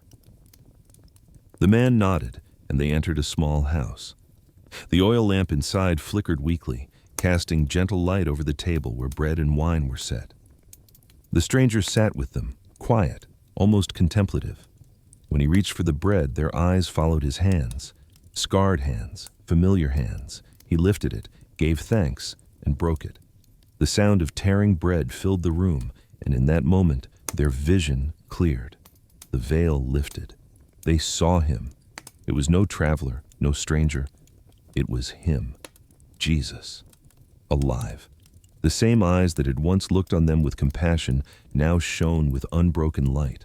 Every word on the road, every story he'd spoken, now made sense in an instant. "Rabbi," Cleopas breathed, but before the word fully left his mouth, he was gone. The space where he sat was empty, yet not empty at all. The air shimmered with peace. The warmth that had begun in their hearts now blazed within them like fire. The two men sat in stunned silence, faces lit by the flicker of the lamp. Then Cleopas spoke, voice trembling with awe. "Were not our hearts burning within us while he talked with us on the road and opened the scriptures to us?" The younger man nodded, tears welling in his eyes. "He was with us," he whispered, "the whole time." Without hesitation, they rose, gathering their cloaks. The night no longer frightened them. The road no longer felt long. They had to go back to Jerusalem, back to the others. Their steps quickened, their hearts racing with joy that drowned out fatigue. The road that had begun in sorrow now pulsed with new purpose. Every stone, every breath, every gust of wind seemed alive with resurrection. When they reached the city, the others were gathered in the upper room, voices hushed with disbelief and hope. Cleopas burst through the door, breathless. "He's alive," he cried. "The Lord has risen. He walked with us on the road. We knew him when he broke the bread." The room erupted. Gasps, tears, wonder. The despair that had lingered like a shadow for 3 long days lifted completely. The story was not over. The silence of the tomb had become the voice of life. Outside, the stars burned brighter than they ever had before, and somewhere in the quiet streets beyond, the risen one walked again, quietly, beside his own. Their eyes had opened, and though he had vanished, peace remained. Morning mist drifted lazily over the water, soft and silver in the rising light. The Sea of Galilee lay calm, the faint ripples reflecting the first blush of dawn. Out upon the lake, a small boat rocked gently with the rhythm of the waves. Inside it, 7 weary men worked their nets in silence. They had returned to what they knew, to fishing, to the simple rhythm of labor, to the comfort of movement when faith felt uncertain. The days since the resurrection had been filled with wonder and confusion, with whispers of appearances and glimpses of the impossible. Yet now, out on the water, the familiar smell of salt and the creak of the wooden hull felt like something steady, something real. Peter sat near the bow, staring into the mist. His hands gripped the rope loosely, calloused fingers tracing the worn fibers. Sleep had eluded him for nights. Joy and shame mingled in his chest like an ache he couldn't name. He had seen the empty tomb. He had heard the women's story. He had even seen the risen Christ with his own eyes. But still, a shadow lingered, the echo of his own voice denying him by the fire that night. They cast their nets again. The sound of water splashing was the only reply. Hours passed. Nothing, not a single fish. The sky brightened, the sun breaking through the mist, turning the water gold. Then, from the shore, a voice called out, strong yet familiar. "Friends, have you caught anything?"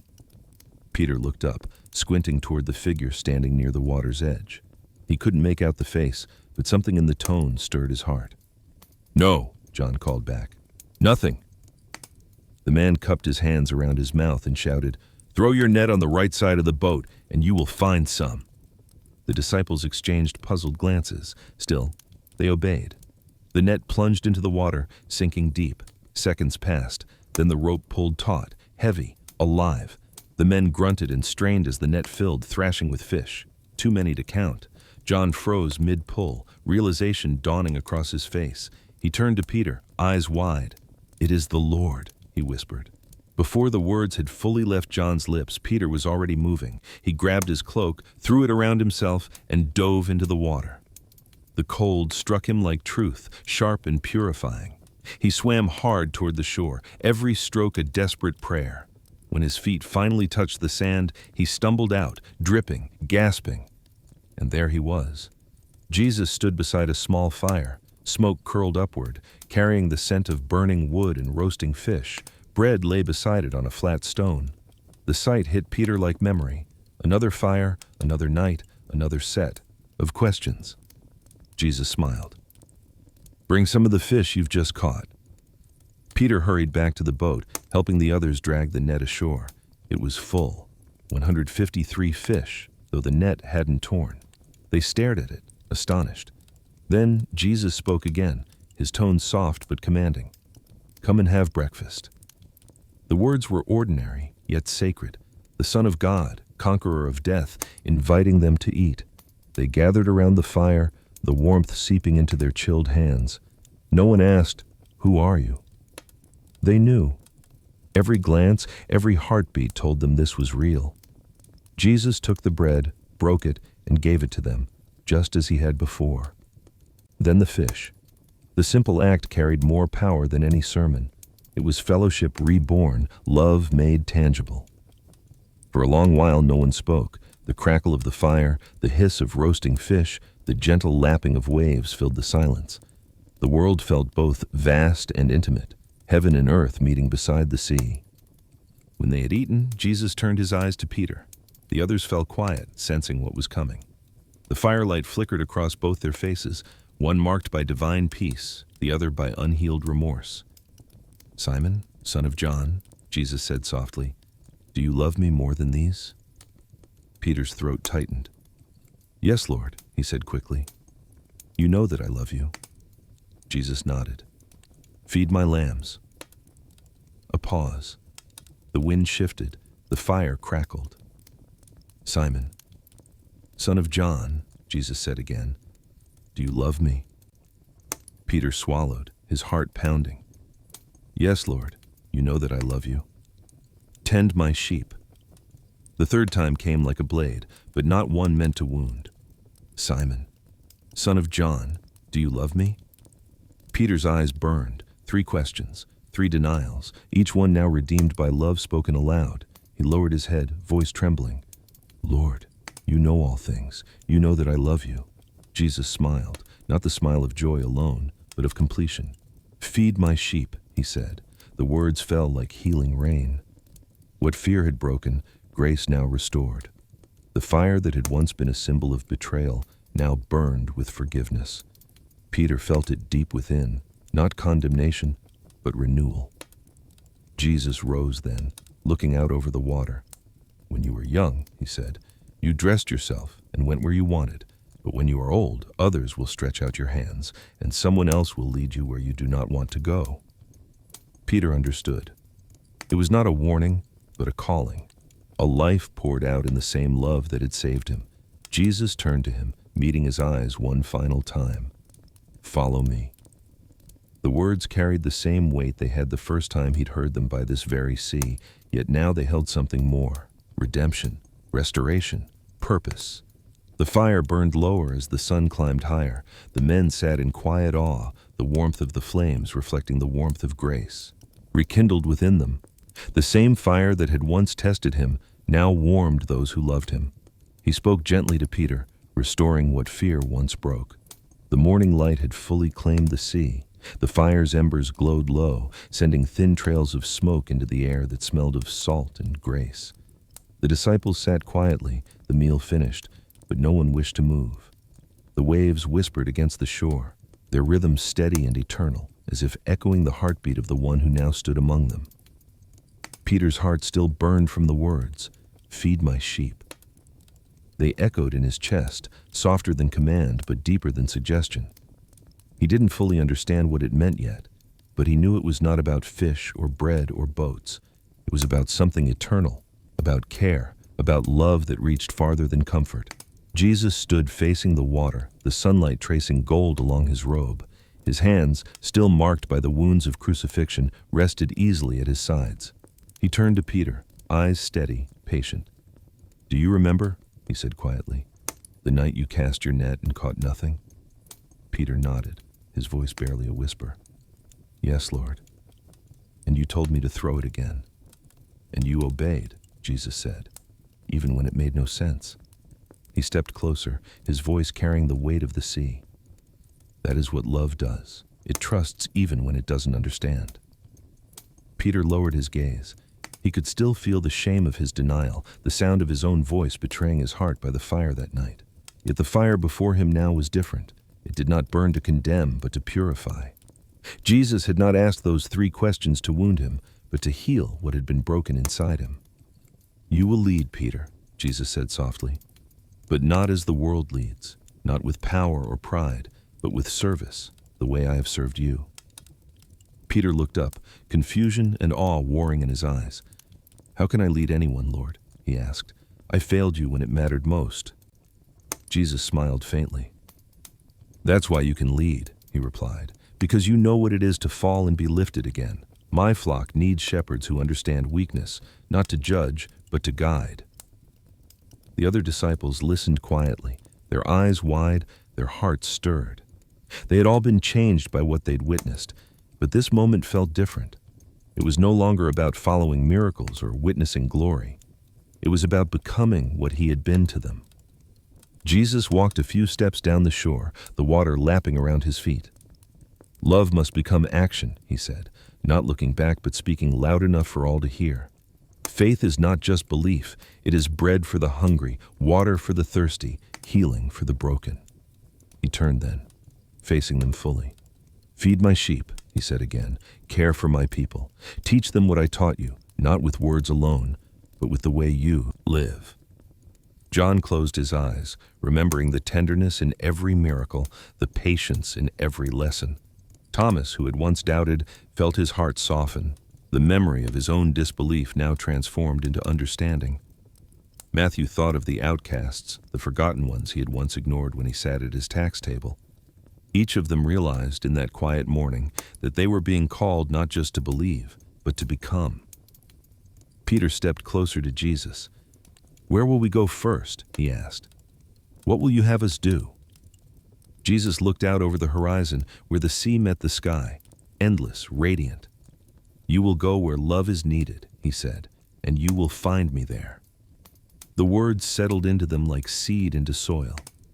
They didn't yet see how wide the world would become, how far their steps would carry them, to cities, to prisons, to martyrdom. But in that moment it didn't matter. The mission had already begun, not with grand plans or strategies, but with forgiveness made flesh. Jesus turned back toward Peter once more, his voice low. "When you were young, you went where you wanted," he said. "But when you are old, others will take you where you do not wish to go."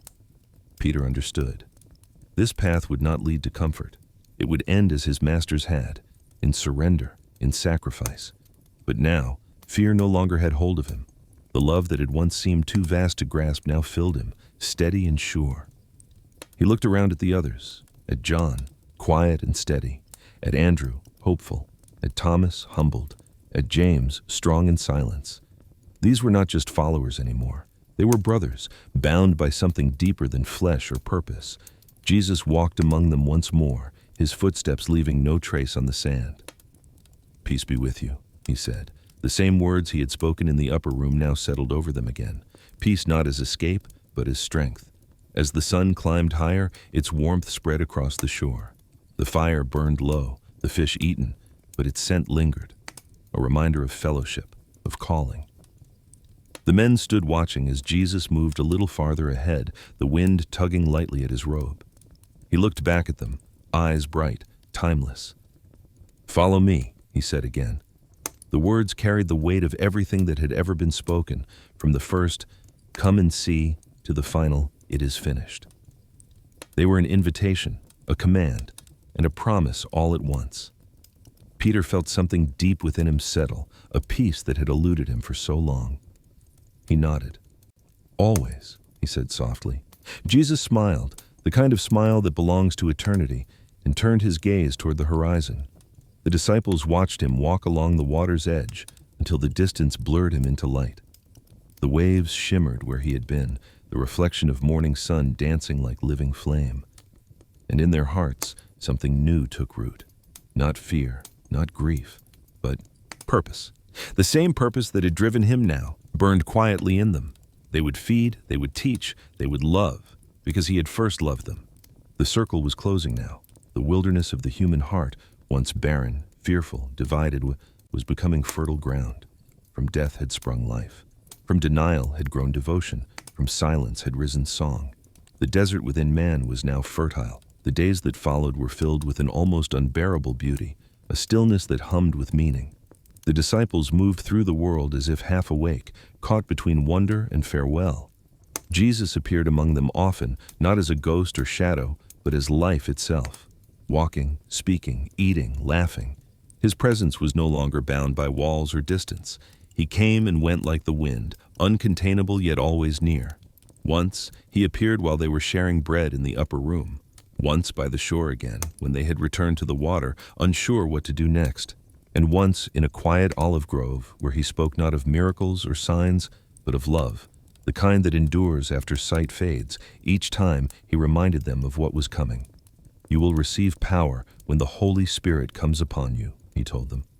"And you will be my witnesses in Jerusalem, in all Judea and Samaria, and to the ends of the earth." The words were both comfort and commission. The disciples listened with wide eyes and beating hearts, still not fully grasping what it would mean to carry his presence into a world that had crucified him. Yet his voice left no room for fear. Every syllable carried the peace of eternity. It was on the mountain outside Bethany that the end, or perhaps the beginning, came.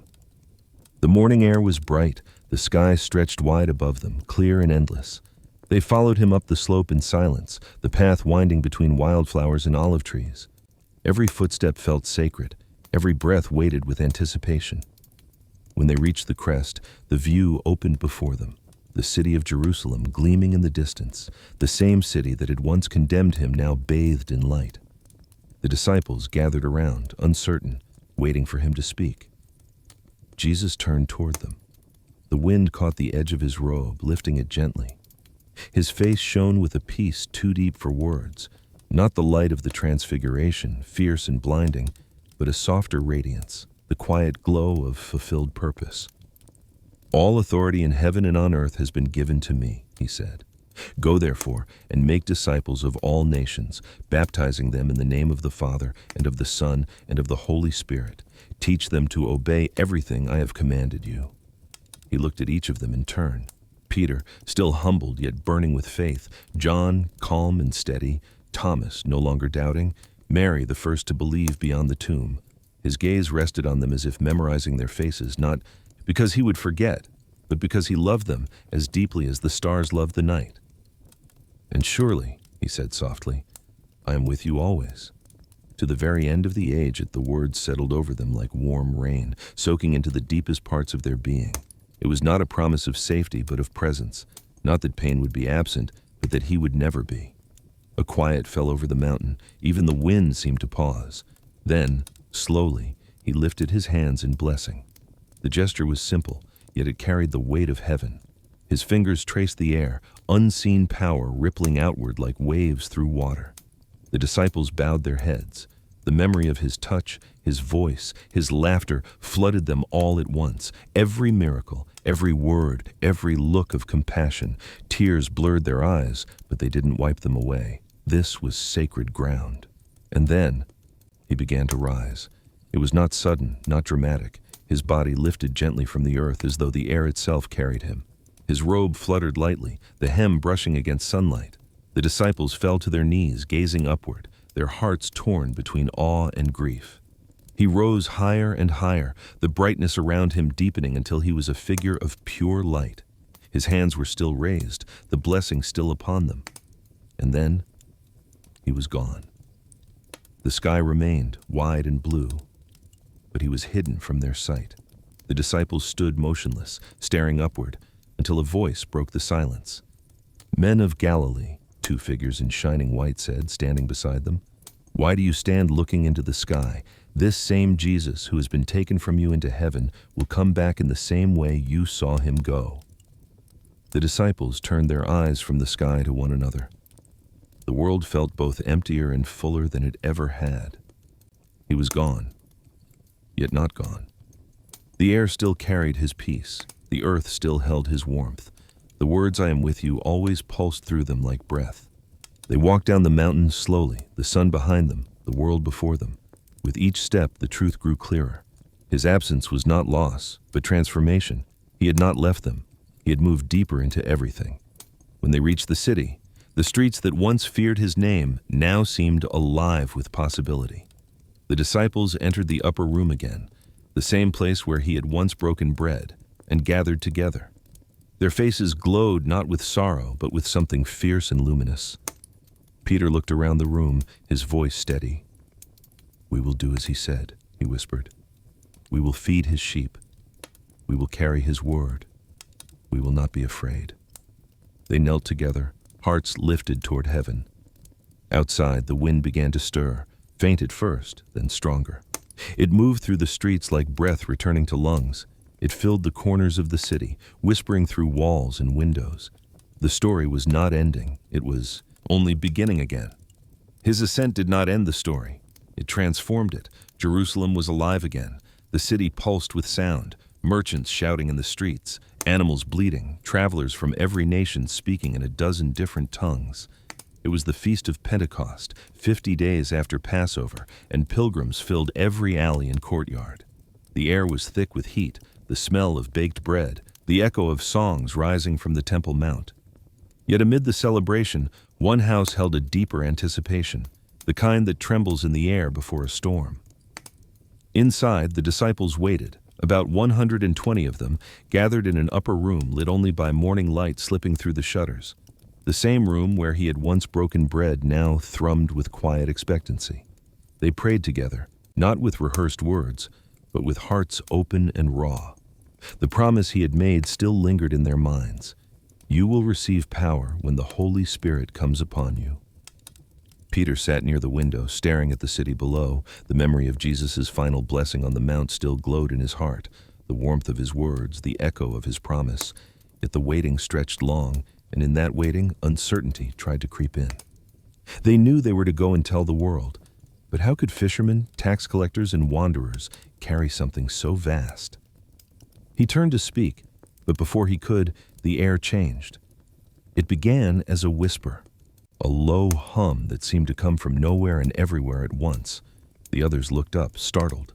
The sound grew louder, deeper, until it roared like a mighty wind rushing through the walls. Though no curtains moved, no window opened. The light shifted, and then fire. Not the fire of destruction, but of creation. Flames appeared above their heads, separate yet one, bright and alive, flickering with divine energy. It did not burn, it filled. Every breath they drew felt like breathing light itself. The same spirit that had hovered over the waters of creation, that had spoken through prophets, that had led him through the wilderness, now entered them. Their hearts blazed, their fears shattered, their voices burst forth, not in confusion, but in clarity. They spoke, each one in languages they had never learned, words of praise, of glory, of the mighty works of God poured from their lips like rivers freed from stone. Down in the streets, the crowd stopped. Faces turned upward. Pilgrims from distant lands, Parthians, Medes, Egyptians, Romans, all stared in wonder. "How is it," one man gasped, "that we hear them declaring the wonders of God in our own tongues?" Another shook his head in disbelief. "They must be drunk." But Peter, filled now with the same fire, stepped forward to the window. His voice carried like thunder, yet it trembled with joy. "These men are not drunk as you suppose," he declared. It's only the third hour of the day. This is what was spoken by the prophet Joel. In the last days, I will pour out my spirit on all people. Your sons and daughters will prophesy. Your young men will see visions. Your old men will dream dreams. The crowd fell silent. The same Peter who once trembled before a servant girl now spoke with the authority of heaven. His words burned not with rhetoric, but with truth. Jesus of Nazareth, he said, was handed over to you by God's plan. You crucified him, but God raised him from the dead, freeing him from the agony of death because it was impossible for death to keep its hold on him. The listeners stood frozen, hearts pierced. The fire that had fallen upon the disciples now leapt unseen into the crowd. Conviction, revelation, awakening. "Brothers," someone cried out, "what must we do?" Peter's face shone in the sunlight streaming through the window. "Repent," he said simply, "and be baptized, every one of you, in the name of Jesus Christ for the forgiveness of your sins, and you will receive the gift of the Holy Spirit." The word spread like wildfire. That day, 3,000 hearts were transformed. The water of baptism flowed like living streams through the city, washing away old lives, birthing new ones. By evening, the upper room could no longer contain them. They poured into the streets, laughing, singing, embracing strangers. The spirit that had descended upon them refused to stay confined. It moved outward, leaping from voice to voice, from soul to soul. The city that had once shouted, "Crucify him," now rang with praise. The silence that had haunted the world since Eden was broken forever. Heaven and earth were no longer divided. God was no longer distant. The same presence that had filled the desert now filled humankind itself. That night, as the fires of the festival burned low and the stars climbed above the city, Peter stood once more at the window, looking out. The streets below shimmered with the glow of oil lamps, laughter echoing from the courtyards. He felt the Spirit still moving within him, alive, constant, gentle as breath, fierce as truth. He remembered the days of fear, the long shadows of shame, the loneliness of failure. All of it seemed impossibly far away now. The love that had restored him by the sea was the same love that now burned within every believer. He closed his eyes and whispered, "You kept your promise." And in the stillness that followed, he felt it. Not beside him, not above him, but within him. The same presence that had once hovered over waters, that had descended like a dove, that had filled the desert winds. It pulsed now in every heartbeat, every breath, every act of faith. The kingdom was not somewhere distant or waiting to be built. It had already begun, not in walls or thrones or temples, but within them. The kingdom begins within them. There was silence again, but it was not the silence of death, nor the heavy hush of sorrow. It was the stillness that comes after a storm, when the waves have fallen quiet and the air hums with peace. The world that once seemed hollow now pulsed with invisible life. The fire of Pentecost still glowed, not in the sky, but in the hearts of men and women scattered across the earth. They carried it, the presence, the breath, the Spirit, into their homes, their fields, their journeys. Where once Jesus walked in the dust and wind, now countless feet moved in his stead. Each believer carried a piece of his wilderness, a spark of that same fire that had burned unseen beneath the desert stars. The church began not in stone temples or royal halls, but in quiet rooms, open courtyards, and whispered prayers. They gathered in secret, breaking bread and remembering. The smell of oil and baked grain mingled with the faint smoke of lamps as voices rose softly in praise. They didn't need to see him. They felt him. In the way they forgave, in the way they loved, in the way they endured. The silence that had once tested Jesus in the wilderness now became their sanctuary. The same Spirit that filled him there now filled them here. Peter remembered it often, the desert wind, the stillness of that far-off place. He understood now what it had meant. The desert had never been about isolation. It had been about meeting the Father without distraction, about surrendering every false comfort until only truth remained. And now, as he led others through their own trials, he taught them this, that the wilderness within every human heart is not a punishment, but a place of encounter. Do not fear the quiet, he would tell them. Do not flee your hunger or your longing, for it is there that he waits for you, not as an echo, but as a voice. The early believers learned that following Christ was not a path of ease. The world still misunderstood them, mocked them, hunted them. Yet even in prisons, even in deserts and caves, they sang, because they had learned that the silence, that same sacred silence, was not empty. It was filled with the one who had conquered death. John, in his later years, would sit by the shore and watch the waves roll in. The rhythm reminded him of the Master, patient, constant, eternal. When he wrote, his words carried that same stillness. In the beginning was the Word, and the Word was with God, and the Word was God. He understood, more than any, that the story had not ended on the cross, or in the tomb, or even on the Mount of Ascension. The story continued, in every life touched by the Spirit, in every heart that chose love over fear. The desert had changed. Once, it was a place of testing. Now, it had become the birthplace of strength. Once, it symbolized emptiness. Now, it held communion. Every believer, in their moments of pain and doubt, found themselves there again, walking in those same sands, beneath that same burning skite. But now, when they looked out across the endless horizon, they didn't see isolation. They saw invitation. For even there, the sun still walked. When sorrow pressed heavy, they remembered his words in Gethsemane. When fear rose like dust in their throats, they remembered his calm before Pilate. When their faith faltered, they recalled his prayer in the wilderness, "Not my will, but yours." And so the desert within them, their loneliness, their hunger, their ache for purpose, became holy ground. Every hardship was a place where God could dwell. Every silence was an open sky where heaven could speak again. It is said that years later, when Peter faced his own death in Rome, he went to the cross without fear. He asked only that it be reversed, for he felt unworthy to die in the same way as his Lord. As the nails pierced his hands, he whispered words that had become more than faith. They had become truth. The desert is not empty. And in that moment, the same peace that had once settled over the wilderness filled him too. Centuries would pass, and still the pattern remained. Every soul would know its own desert, those dry seasons of doubt, of silence, of waiting. And yet, for those who listen, the silence still hums with presence. The wilderness has been redeemed. The place once feared has become the meeting place of man and God. Even now, when hearts grow weary and prayers seem unanswered, he is there. Not distant, not gone, but nearer than breath. The same fire that once descended upon the mountain, that filled the upper room, that whispered through the desert wind, it burns still, quietly, within. Listen closely, and you will hear it. The voice that once echoed over the Jordan, that called fishermen to follow, that forgave a coward by the fire, it now calls your name in the stillness of your own heart. The journey that began in wilderness has come full circle. The desert has not vanished, it has been transformed. And now, wherever love reigns, wherever faith endures, wherever forgiveness takes root, the desert blooms.